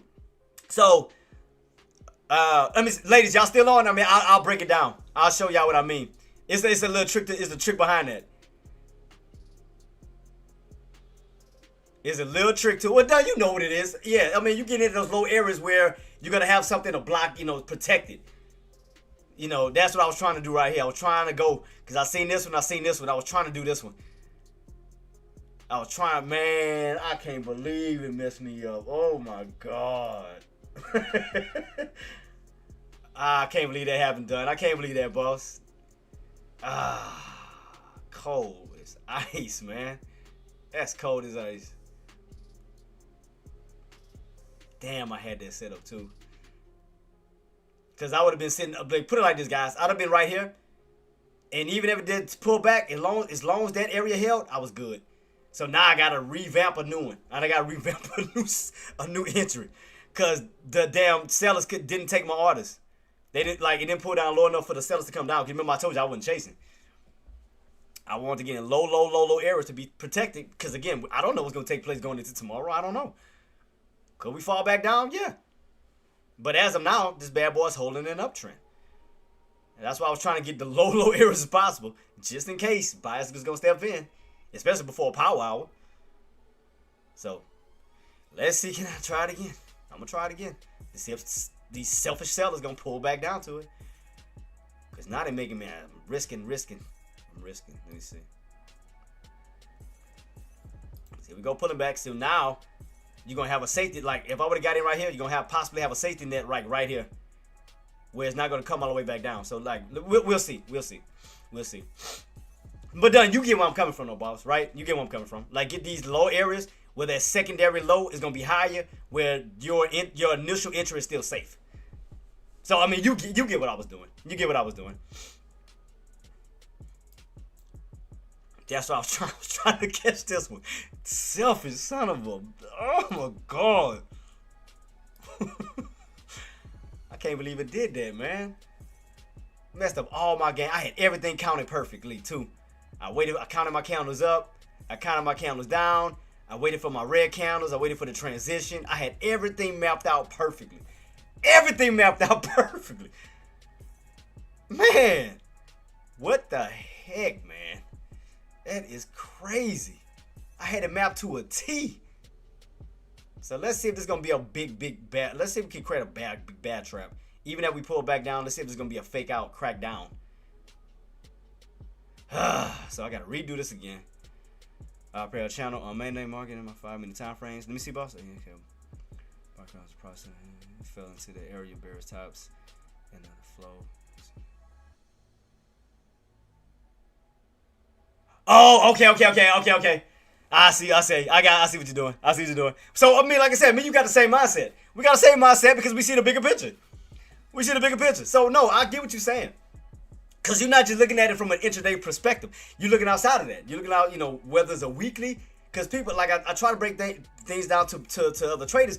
You can't just focus on one day. Again, a week in general makes a whole pattern within itself. Monday through Friday. And people look past that. And I try to make them understand it. Like, that's the area you missed it. So right now, done. Let's see if we're going to go for, what time we got on this candle? So let's see if that next candle come in is going to set up like a bounce opportunity off of that trend line. Right here. After this candle close out, I want to see if that next candle is going to create like a bear trap. Oh, man. Messed up all my game plans. Oh, man. I had the first initial entry. Well, let's see, because, man, I'd have been done with this. Even if it was a scalp purpose, I'd have been in and out. So, all right, let's see, guys. So, right now, let's see if this trend line, let's see if we can utilize that for a bouncing opportunity back up. And they still, I might just have to snake skin rand it. I don't know, bro. Because I'm keep trying to put these orders in. They just not taking my freaking orders. All right, I'm keeping on watch, guys. I'm watching on how this candle's about to close out. See for this third candle come in, and we're gonna create like some type of little fake out right here. As long as this candle stays on top of this trend line, cool. As long as that candle stays on top of it, stays on top, and then I want that next candle to create like a little fake right about here, off that third candle coming in. So I think we're gonna get one more fake pullback, and then I think we should start to initiate the possible bear trap and a reversal. Got about 5 seconds, guys. 5 seconds, 5 seconds. So right now we're still on top, in a matter of right about now. All right. Here we go. Here we go. All right, get this pullback. Let's see if we get this last pullback this way. God dang it, man. I got to recalculate this shit. It's just stuff like pain in the ass part. I got to recalculate everything I've just calculated.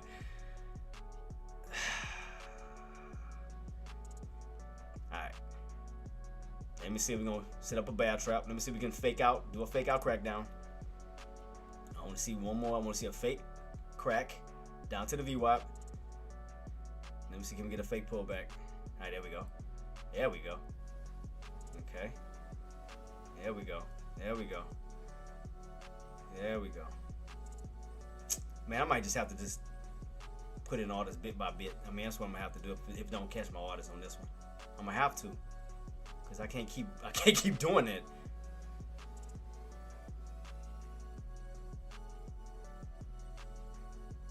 Cause I'm gonna wind up messing myself up. I'm gonna do it. Bump it. I'm gonna just have to. Oh, it got me in at 3. Cool. All right. Cool. All right. That's what I was trying to get in at anyway. All right. Cool. I'm good on that. So I'm good on that. That'll work. That's what I was trying to get at anyway. So they helped me out. They actually hooked me up on that one. Okay. So I'm gonna keep everything on watch, guys. Like I said, it's just a small position, nothing major. I haven't gone in with my full position yet because I gotta see how this is setting up. Small position, nothing major.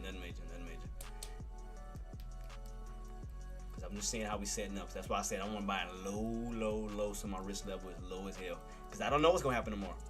You know, I mean, we could get we could get a nice spike in the morning. It all depends.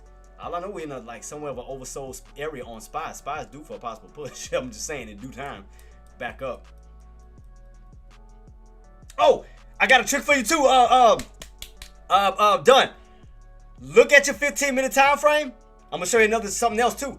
I just showed everybody else this morning. Look at your 15-minute time frame, but take off your post-market and pre-market. And tell me if you don't see that gap, that little gap fill, possible gap fill. Tell me you don't see it. Go to your 15-minute time frame, but take off post-market and pre-market, and tell me if you don't see a possible gap fill towards that 61-ish area. Tell me if you see it though. Tell me if you see it, boss. Tell me if you see it. All right, there we go. All right, trend line so far so good. Like I said, it's a little risky, but you got to have a game plan behind the things you do. You know, so far so good. So far, so good. I know Power Hour hasn't kicked in yet. So I got in low. Even if it pulls back, I mean, I only be down, what, $2? So I got a low area, guys. Like, I'm very low. I can only risk like damn near $2 on this shit right now till I add the rest of my shares, though. So that's why I'm just being patient. I'm just seeing how we setting up. That's why I didn't force. I didn't chase this. That's why we don't pullbacks. We don't pullbacks now. Just waiting on pullbacks and just waiting on just seeing how we setting up from here. That's it. I mean, could we pull back down, below? Possibility. But that's why I'm taking a minor risk. Small risk. And again, I didn't chase up here. I waited for pullbacks. I was waiting on pullbacks to occur. Counting my candles. So I played it safe. Because again, I don't know what's going to take place. All I know, I'm going to see if these buys going to play up these levels going into tomorrow. I'm going to have to see.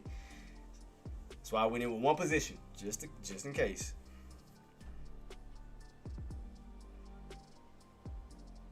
Oh, I've got squeeze. Oh, wait, man. I have no idea how to turn mines on my phone. Oh, okay. But did you do use okay, you use TOS, right? As far as your charting?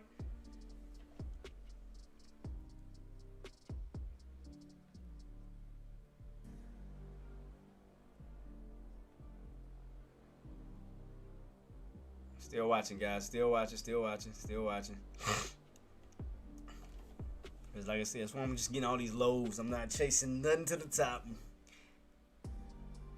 Oh, matter of fact, I'll show you. I'll show you on my screen. I'll show you on my screen, boss. I got you. I go to mine. So look, I took off my post-market and my pre-market, right? This is all intraday setups.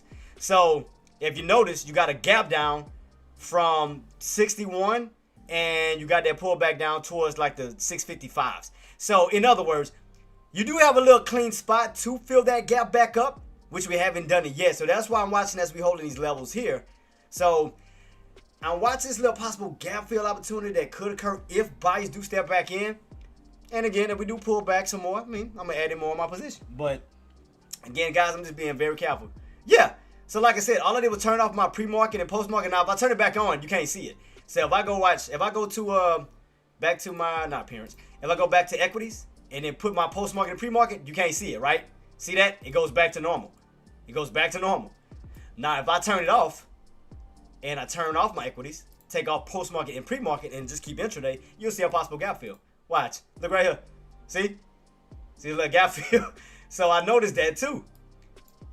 So I was like, so I see this little small gap fill. So that's why I'm just still keeping everything on watch, man. Because I know the market right now is kind of... what you doing? Is that a VWAP gap down? Nah, well, the VWAP, we holding right here. VWAP is right here, right around the 656. That's what the VWAP is. I mean, we did go down, but yeah, it is a little VWAP gap down, though. It is. It is a VWAP gap down that you mentioned it. Yeah. From the VWAP. Yeah. The dotted line pointing down, that's the VWAP. That's the VWAP, boss. These are just the ones that's horizontal. That's just regular price points I put in. Based off of bounce areas. Like the reason why I put one right here, because we bounced off this area before. Right here.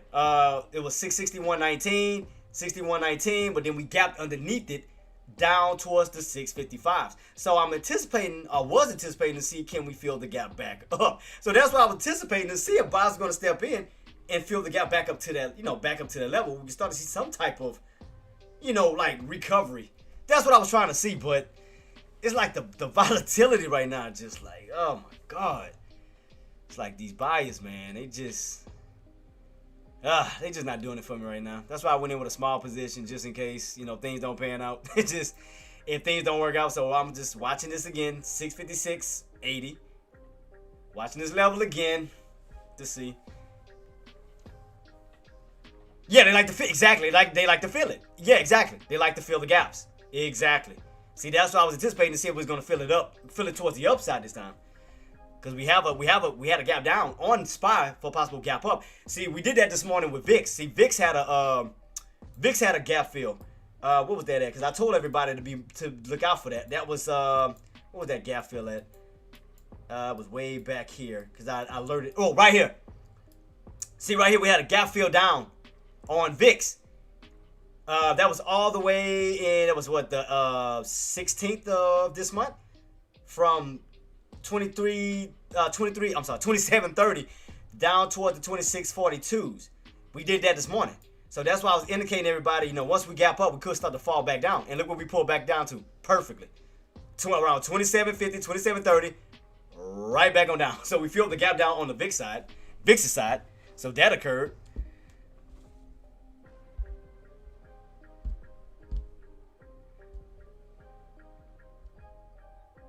So yeah, guys, like I said, I got a small position, guys. My position is so small. Like I said, I'm not hurting for nothing. So like I said, the only thing I'm just being honest with you guys. The only thing I can lose is $2 if things don't go right. $2. That's it. That's why I told you I was waiting to get low as possible. Just in case. Man, if this spikes, cool. I mean, if it don't, hey, just shut it off and keep it moving. Because again, I don't know what the future holds. I don't know what SPY's going to do tomorrow. I don't know. All I can do is go off of my psychological levels and going into tomorrow.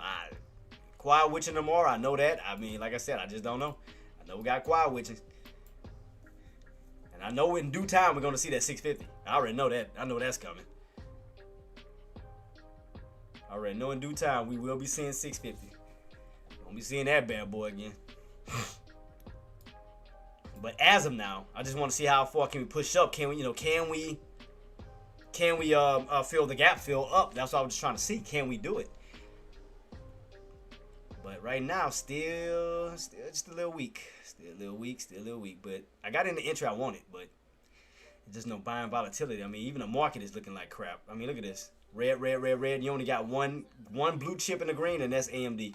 And AMD itself ain't going to hold up SPY alone. So we're going to need the rest of these bad boys to join in. But right now, this is all bearish. This is bearish. This is completely bearish. Hell, you got the SQQQs in front of the TQQQs. And SQQQs is south. That's that's on the put side. That's on the short side. And you already know you got that one. Man, I just want to see what they're gonna do, man. I just want to see if they're gonna they're gonna go for that trick. We'll see though. Cause again, guys, it can go either which way. Could we hold that 650, 680 and bounce back up? Yes. Could we fall below and continue that downtrend underneath that trend line down? Yes. You can do both. You go either which way. Which is why I reduced my risk. I made sure I just had small entry. Just to test it to see. Small risk. That's why I ain't going in full. Hell no. I never put all my eggs in one basket. That's one thing I never do. Hell to the no. Not until I get confirmation. Until I get confirmation, yeah. But other than that, no. No. I will never go in full position until I need to. Right now, like I said, as far as long wise, it's just not. So that means the rest of my eggs, if things does go south, I can still play the short side, all while still holding my other position. So I can still make money on this bad boy. As safe as we do dump on down, I can still trade on the downside, all while still holding my longs. So, because that means, again, if I get a $2 loss on that, I can still make $2 back by even just a trade right now. If everything goes down south, and I just play the short side. So, that ain't gonna hurt me none. Not at all. In no shape, form, or fashion will it hurt me. But I do see that we are underneath the 200-day moving average on VIX, though. We finally fell underneath the 200, so something is definitely setting up. Because notice, guys, we're underneath the 200-day moving average. And remember, the main thing that we need to crack on VIX is going to be 2467. And remember, VIX goes down, SPY goes up. So if we can get this cracked underneath here, back down into the 23s, SPY should be pushing back. But we'll see, because, I mean, it is underneath the 200-day moving average. It's going to try to test it. It's going to try to test it back up, of course. I mean, that's just normal. It's going to try to test it. It's going to test it, but let's see if sellers going to be trapping these buyers here, now that we're underneath it. So it's going to cause SPY to pull back a little bit, of course. It's going to cause it to pull back. But keep in mind, we are underneath the 200 on VIX. If that can play out perfectly and go green to red, back down, crack that 2467 back down to the 23s, SPY in due time should start to slowly reverse its way back up. But let's just see as VIX is pushing back up towards that 200-day moving average and towards that $25 mark. So you got all green candles going up right now and aiming right towards that 200. So let's see what's about to happen. And let's see what's about to happen, because you got to keep in mind, $25 level on VIX is equivalent to SPY's 650, 680. So you notice you have a top and you have a bottom. So let's see on how these bad boys both play out around their respectful levels. So right here we got rejected already, lower upper shadow already. Upper shadow on VIX while you got a lower shadow on SPY. See that? See, as one is topping out, the other one's damn near bottoming out. See what I mean? So watch that very, very, very, very. Ooh, VIX, are you about to pull back? VIX, uh-oh. Let's see. Got to get that crack underneath 2467, guys. Keep it on watch. Got to get crack underneath it. I'm just waiting for us to turn and pull back that way. We're already starting to see upper shadows. SPY, you're already starting to see lower shadow. So you already know what that represents, and you already know what that represents. It's all about patience, guys. Patience is the game. Patience is the game. Be patient, guys. Be patient. Let's see where we go. Still got my small position. I'm still holding. Nothing yet. We'll see where we go. It's gonna be a very tricky area, though. It's gonna be very tricky. It's gonna be crazy. It's gonna be crazy.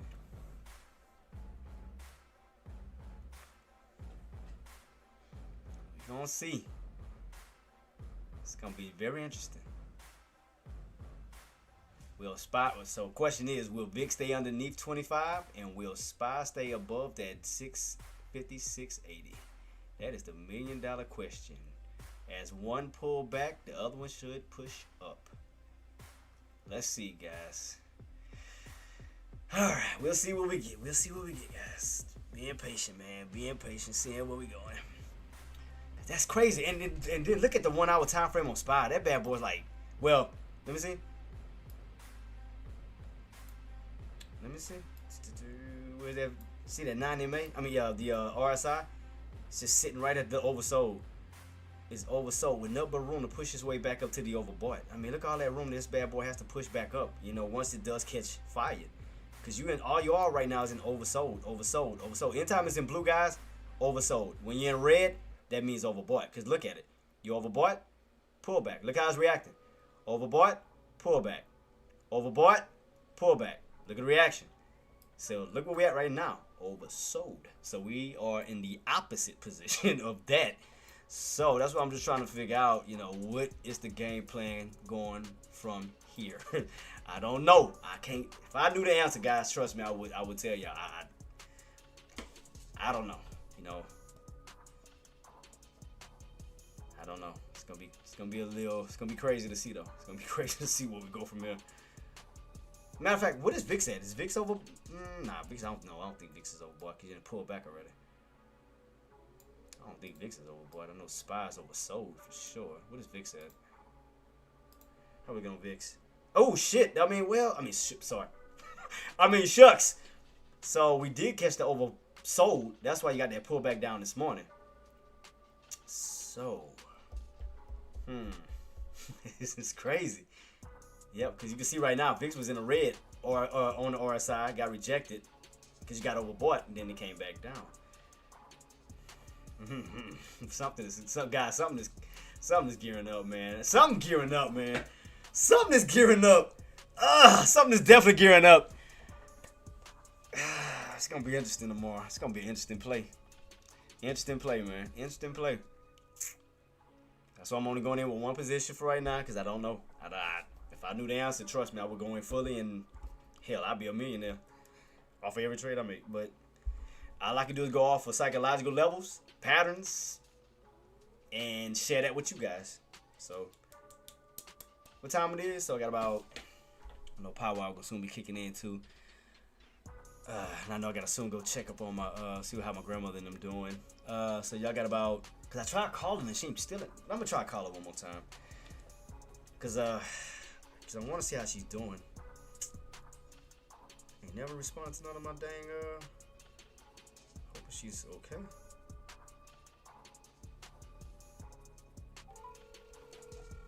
I hope her phone on. Last time she had on airplane mode.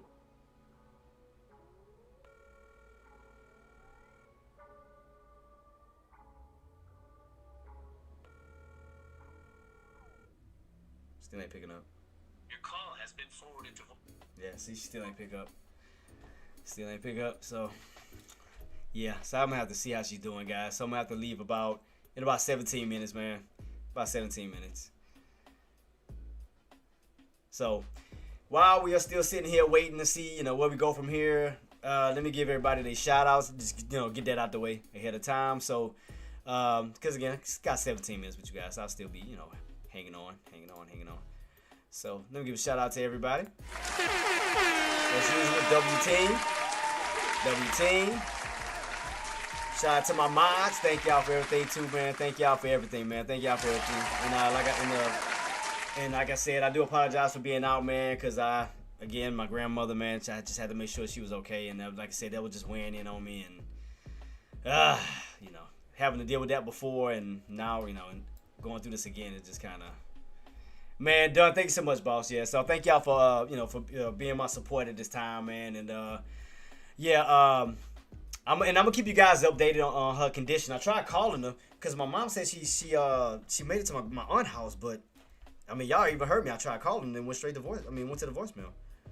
So I'm gonna have to see, man, cause I gotta make sure she's okay. Cause I thought I was gonna get it, get it on the phone so you guys can hear, but yeah, she's not responding. I'm gonna have to see what's going on. So yeah, guys, got about 16 minutes. Like I said, we'll go over everything. Still keeping everything on watch, guys.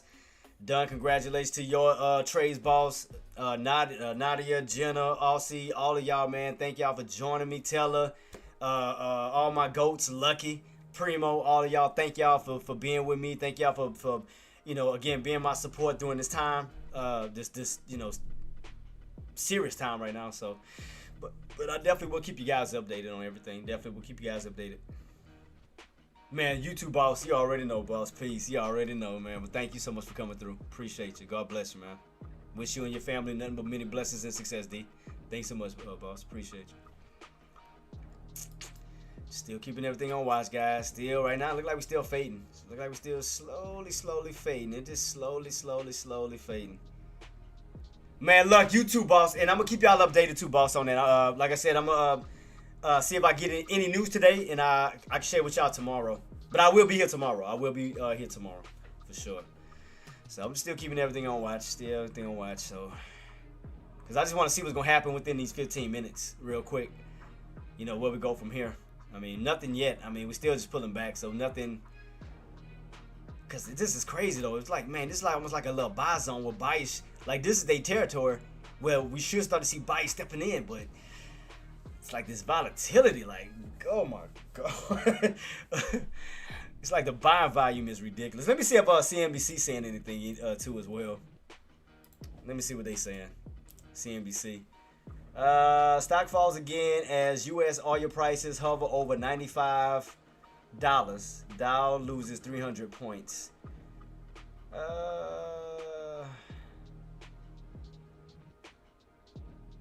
Where we at right now on the oil anyway? So let me see. Yeah, because I mean, more fear on that, man. But had to start a war. Oil stock. Let me see how we looking on the stock real quick. Where we at as far as oil? 95. Yeah, we at 95.61. Big Panuna, what's up, boss? Man, from Tokyo? Man, shout out to my guy, man. Let me give you some love, man. Shout out to my guy. BP, what's up, boss? Thank you so much for coming through, too, man. Yeah, I'm gonna soon be heading on off in about a few minutes, boss. I gotta go and check on my grandmother. That's why I was out for 2 days. She, I don't want to say the word. She started having those complications. Started having pain. She had to go through they had to give her an MRI and then put on some pain medicine. And it's crazy. It was right after her birthday because her birthday was Saturday. And lo and behold, now this happens. And I went through this before. My grandfather, as I told everybody else, because that's how he passed away. And now my grandmother's sick, and man, there's just a lot weighing on me right now. But through the grace of God, I'm gonna continuously keep praying. And again, thank you guys for your love and support, man. And helping me through this, man. Thank y'all so much. Yeah, done. Because I lost my grandfather behind that before, and I was It's definitely a different feeling when you seeing that person in front of you and that person is not waking up. And I'm talking about while they're still in their house. They didn't even have time to move the body to the hospital or whatnot, man. When he passed away, he was still at his house. I went to his house and I sat across the bed from him, like God is my witness, sat across the bed from him for about an hour because I was expecting him to wake up because he was all like him, my dad, everybody else. That's all I knew all my life was my grandfather, my grandmother's, because I was the first grandson. And, that day he passed away. And matter of fact, he was 2 days before my birthday because my birthday is February 11th and he died on the 9th. And that day, man, I went over to the house and sure enough, man, he was laying, on his back, eyes is closed, not moving. And I couldn't even tell him goodbye. I couldn't give him my last words. It was too late. He already passed. And the only thing I could do was sit across from him and just stare. Just expecting him to get up and move. But, it took a while for reality to... Nah, it is, boss. Because like I said, and, man, let me see. I think I got a picture of him on my Instagram. My grandfather. Let me see. Let me bring it up real quick on my IG. When I took our pretty much last pictures together. It was him and my son.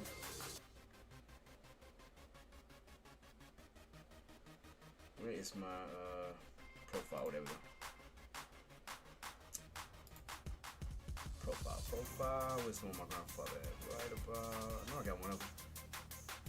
And I'm gonna show you my. I mean, I got one of my grandmother too. Well, my mom's mom. That's not the one that's sick, but this is my mom's mom. And you can see that I've been a part of their life for a long time. So look, I mean, got a picture when I was a baby. I mean, so that's my mom's mom, but that's not the one that's sick. It's my dad's mom, and that's my other heart, man, my other queen. And I know I got one of my grandfather. Let me see. I know I got one. Oh, there we go. And here we go, guys. So this is my grandfather that passed away. So that was the one I said, he was in his bed, and that's why I got rest in peace, Papa. So again, you can see me when I was small, and him holding me. So I mean, and that's my son, of course. But yeah, I mean, he's been a part of my life for a long time, and it definitely hit home, when he passed away, and for me to see him in that condition, man, it hurt. So I thought I had one of my other grandmother, but I must. It must be in my photo bucket. Yeah, it must be in my photo bucket. I mean, I'll show y'all her whenever I can bring that picture up, whenever I have time. Yeah, boss, man. It's like, there's no amount of money in the world, man. I mean, it definitely hits. I mean, because, especially your grandparents is about as close to you as your real parents. And, they can't be replaced as well. And, it definitely hurt. It definitely hurt. And now my grandmother's sick, and through the grace of God, I pray that she keeps, because I want to do what I can as long as she's on this earth, and try to pursue whatever I can and accomplish whatever I can while she's still here, and man, trying to do the best that I can, man. Because that's one thing that we cannot get back is time, and so many people take that for granted. They think that tomorrow's promised to them. It's like, man, tomorrow's not promised to nobody. That's why you have to take every 24 hours a day serious. Be a better version of yourself each day. Tell that loved one you love them, because tomorrow's not promised. You never know what's going to happen, And, that's why I'm trying to get in touch with her, because I just want to make sure she's okay. And, I'm going to just stay positive, I'm going to just stay positive, because, again, I ain't going to think negative, boss. I'm going to stay positive and, pray that she can, God will see her through this, and she'll be back to, normal health and so forth. But, yeah, I'm going to definitely keep you guys updated, man. But yeah, guys, I'm about to soon be heading on out. Because I'm going to try to give her one more call. If not, I'm going to have to go by there, man. Because I just want to make sure she's all right. But yeah, guys, before I do head on out, like I said, longs, stay above that 656.80. If we can stay above that 56.80, you have room to push your way back up. The areas that we need to get back above is going to be between 658 to 660. Because we want to slowly move our way back into the 660 brackets. Short, you want to stay below the 656.80. And maneuver your way back down. You want to come out of that 56 level, back down into the 54s, down into the 52s. Basically, get as close towards 50 as possible, 650 as possible. But keep it on watch, because we do have Quiet Witcher tomorrow. That's going to be at 2 o'clock tomorrow. And we're going to see on how that's going to impact the market. We're going to see how the market is going to hold up at the first half. And then we're going to see what's going to happen, see what happens at the second half. So other than that, guys, just keep everything on watch. Again, right now we're just in consolidation right now, because we already had a big move that happened yesterday. Because you got to remember, every big move, no matter whether it's up or down, you're going to go through the next phase is consolidation. After consolidation, then it's working on the next possible move, whether again it's up or down. But it's consolidating because it's holding a certain range. It's trying to prep itself up for the next move. It's no different, guys. When the stock's making these moves, it's no different than us running. We run. But what do we have to do? We have to pull off to the side. We have to replenish ourselves. We have to get that rest. So that's basically what the market is doing. The market already ran. The market ran yesterday. It ran from 674s down to the 650s. Now what is it doing? It's resting. It's cooling off real quick. It's trying to catch its breath for the next possible run. And that's all it is.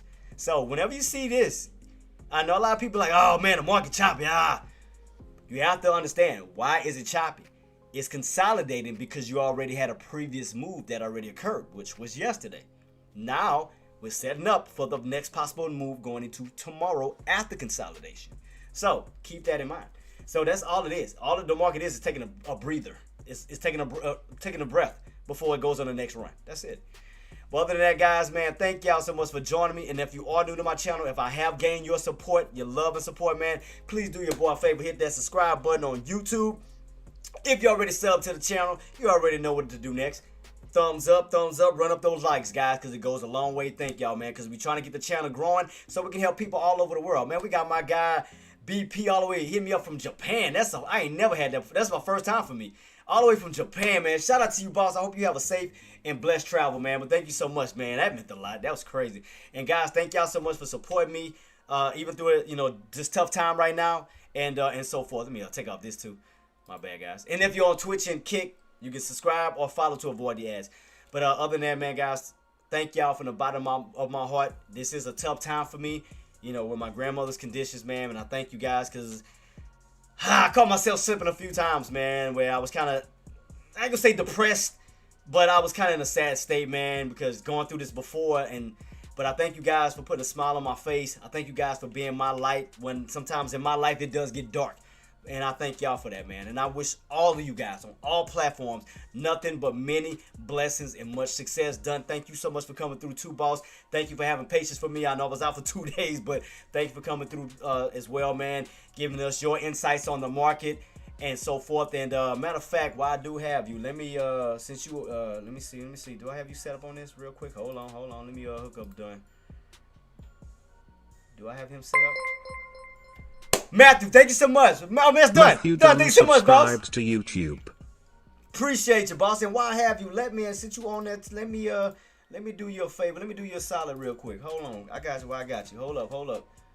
Let me take your name real quick, and I'm going to put you into, hold up. Let me get you set up before I go. Hold on, Dunn. I got you, boss. Hold on. Let me get you set. Before you leave. Trying to get you set up real quick. Alright. Where's my dashboard? Is my creator dashboard? Oh, there we go. I found you. I found it.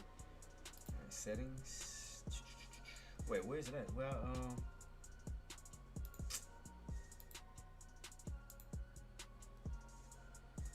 community. Oh, there we go. All right. Let me add my guy to the team. All right, I got you, boss.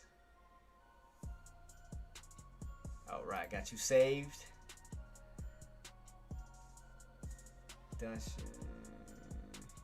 Got you. So welcome, D, to the My Squad, boss. So y'all give some love to my boy Dunn, man. Coming through too, showing some love, and so forth, man. So shout out to my guy. Welcome to the My Squad, boss. You know what time it is, man. Appreciate you for coming through too, bros. I got you. Had to show some love to you, man. You've been great. You've been great help, man. I mean, you've been a great brother to me, and you always been positive. You always pushing me, and I just want to tell you, man, I thank you so much, man. So I owe you that, man. Thank you so much, and again, there's many more blessings to come, but that's one of many. So, Dunn, thank you so much, boss. I appreciate you, man. Thank you. So, yeah, guys, about to be heading on out, man. He said, cheers. Shout out to you, boss. But, yeah, guys, about to be heading on out, man, because I got to go. No problem at all, Dunn. You already know I got you, boss. I got you, man. So, guys, about to be signing on off. Look like buys are starting to step in. Guys, keep it on watch. Me and Dunn were just talking about this. Me, Dunn, and hella high about that possible setup. They got right back on top of 670, 650, 680. So keep it on watch. So everything look like it's going according to plan so far, D. So we'll see what's going to happen going into tomorrow. So I'm holding my position still. So look like everything's good. Look like they have rebound on top of that price point. We'll see where we're going. Let's see. But nah, guys, y'all stay blessed. Y'all stay safe. Thank y'all so much. I will see y'all tomorrow for Fast Cash Friday. Sorry, my mind all over the place. And we'll get it rock and rolling. And guys, don't forget, tomorrow is Friday. Volatility's change up and down. Try to get your trades at the beginning of the market, the first half of the market between 9:30, 11, or 11:30. After that, shut it down. Go enjoy your weekend. Other than that, guys, thank y'all so much for coming through. Appreciate y'all. I will see y'all tomorrow. Y'all know what I'm about to say before I head on out. Y'all know what time it is. Maximize your reward. Minimize your risk. Always put great over greed, and you will succeed every single time. Till then, guys, y'all have a blessed one. Y'all stay safe, and I will see y'all tomorrow for Fast Cash Friday. Y'all know what time it is. Love y'all, man. Peace.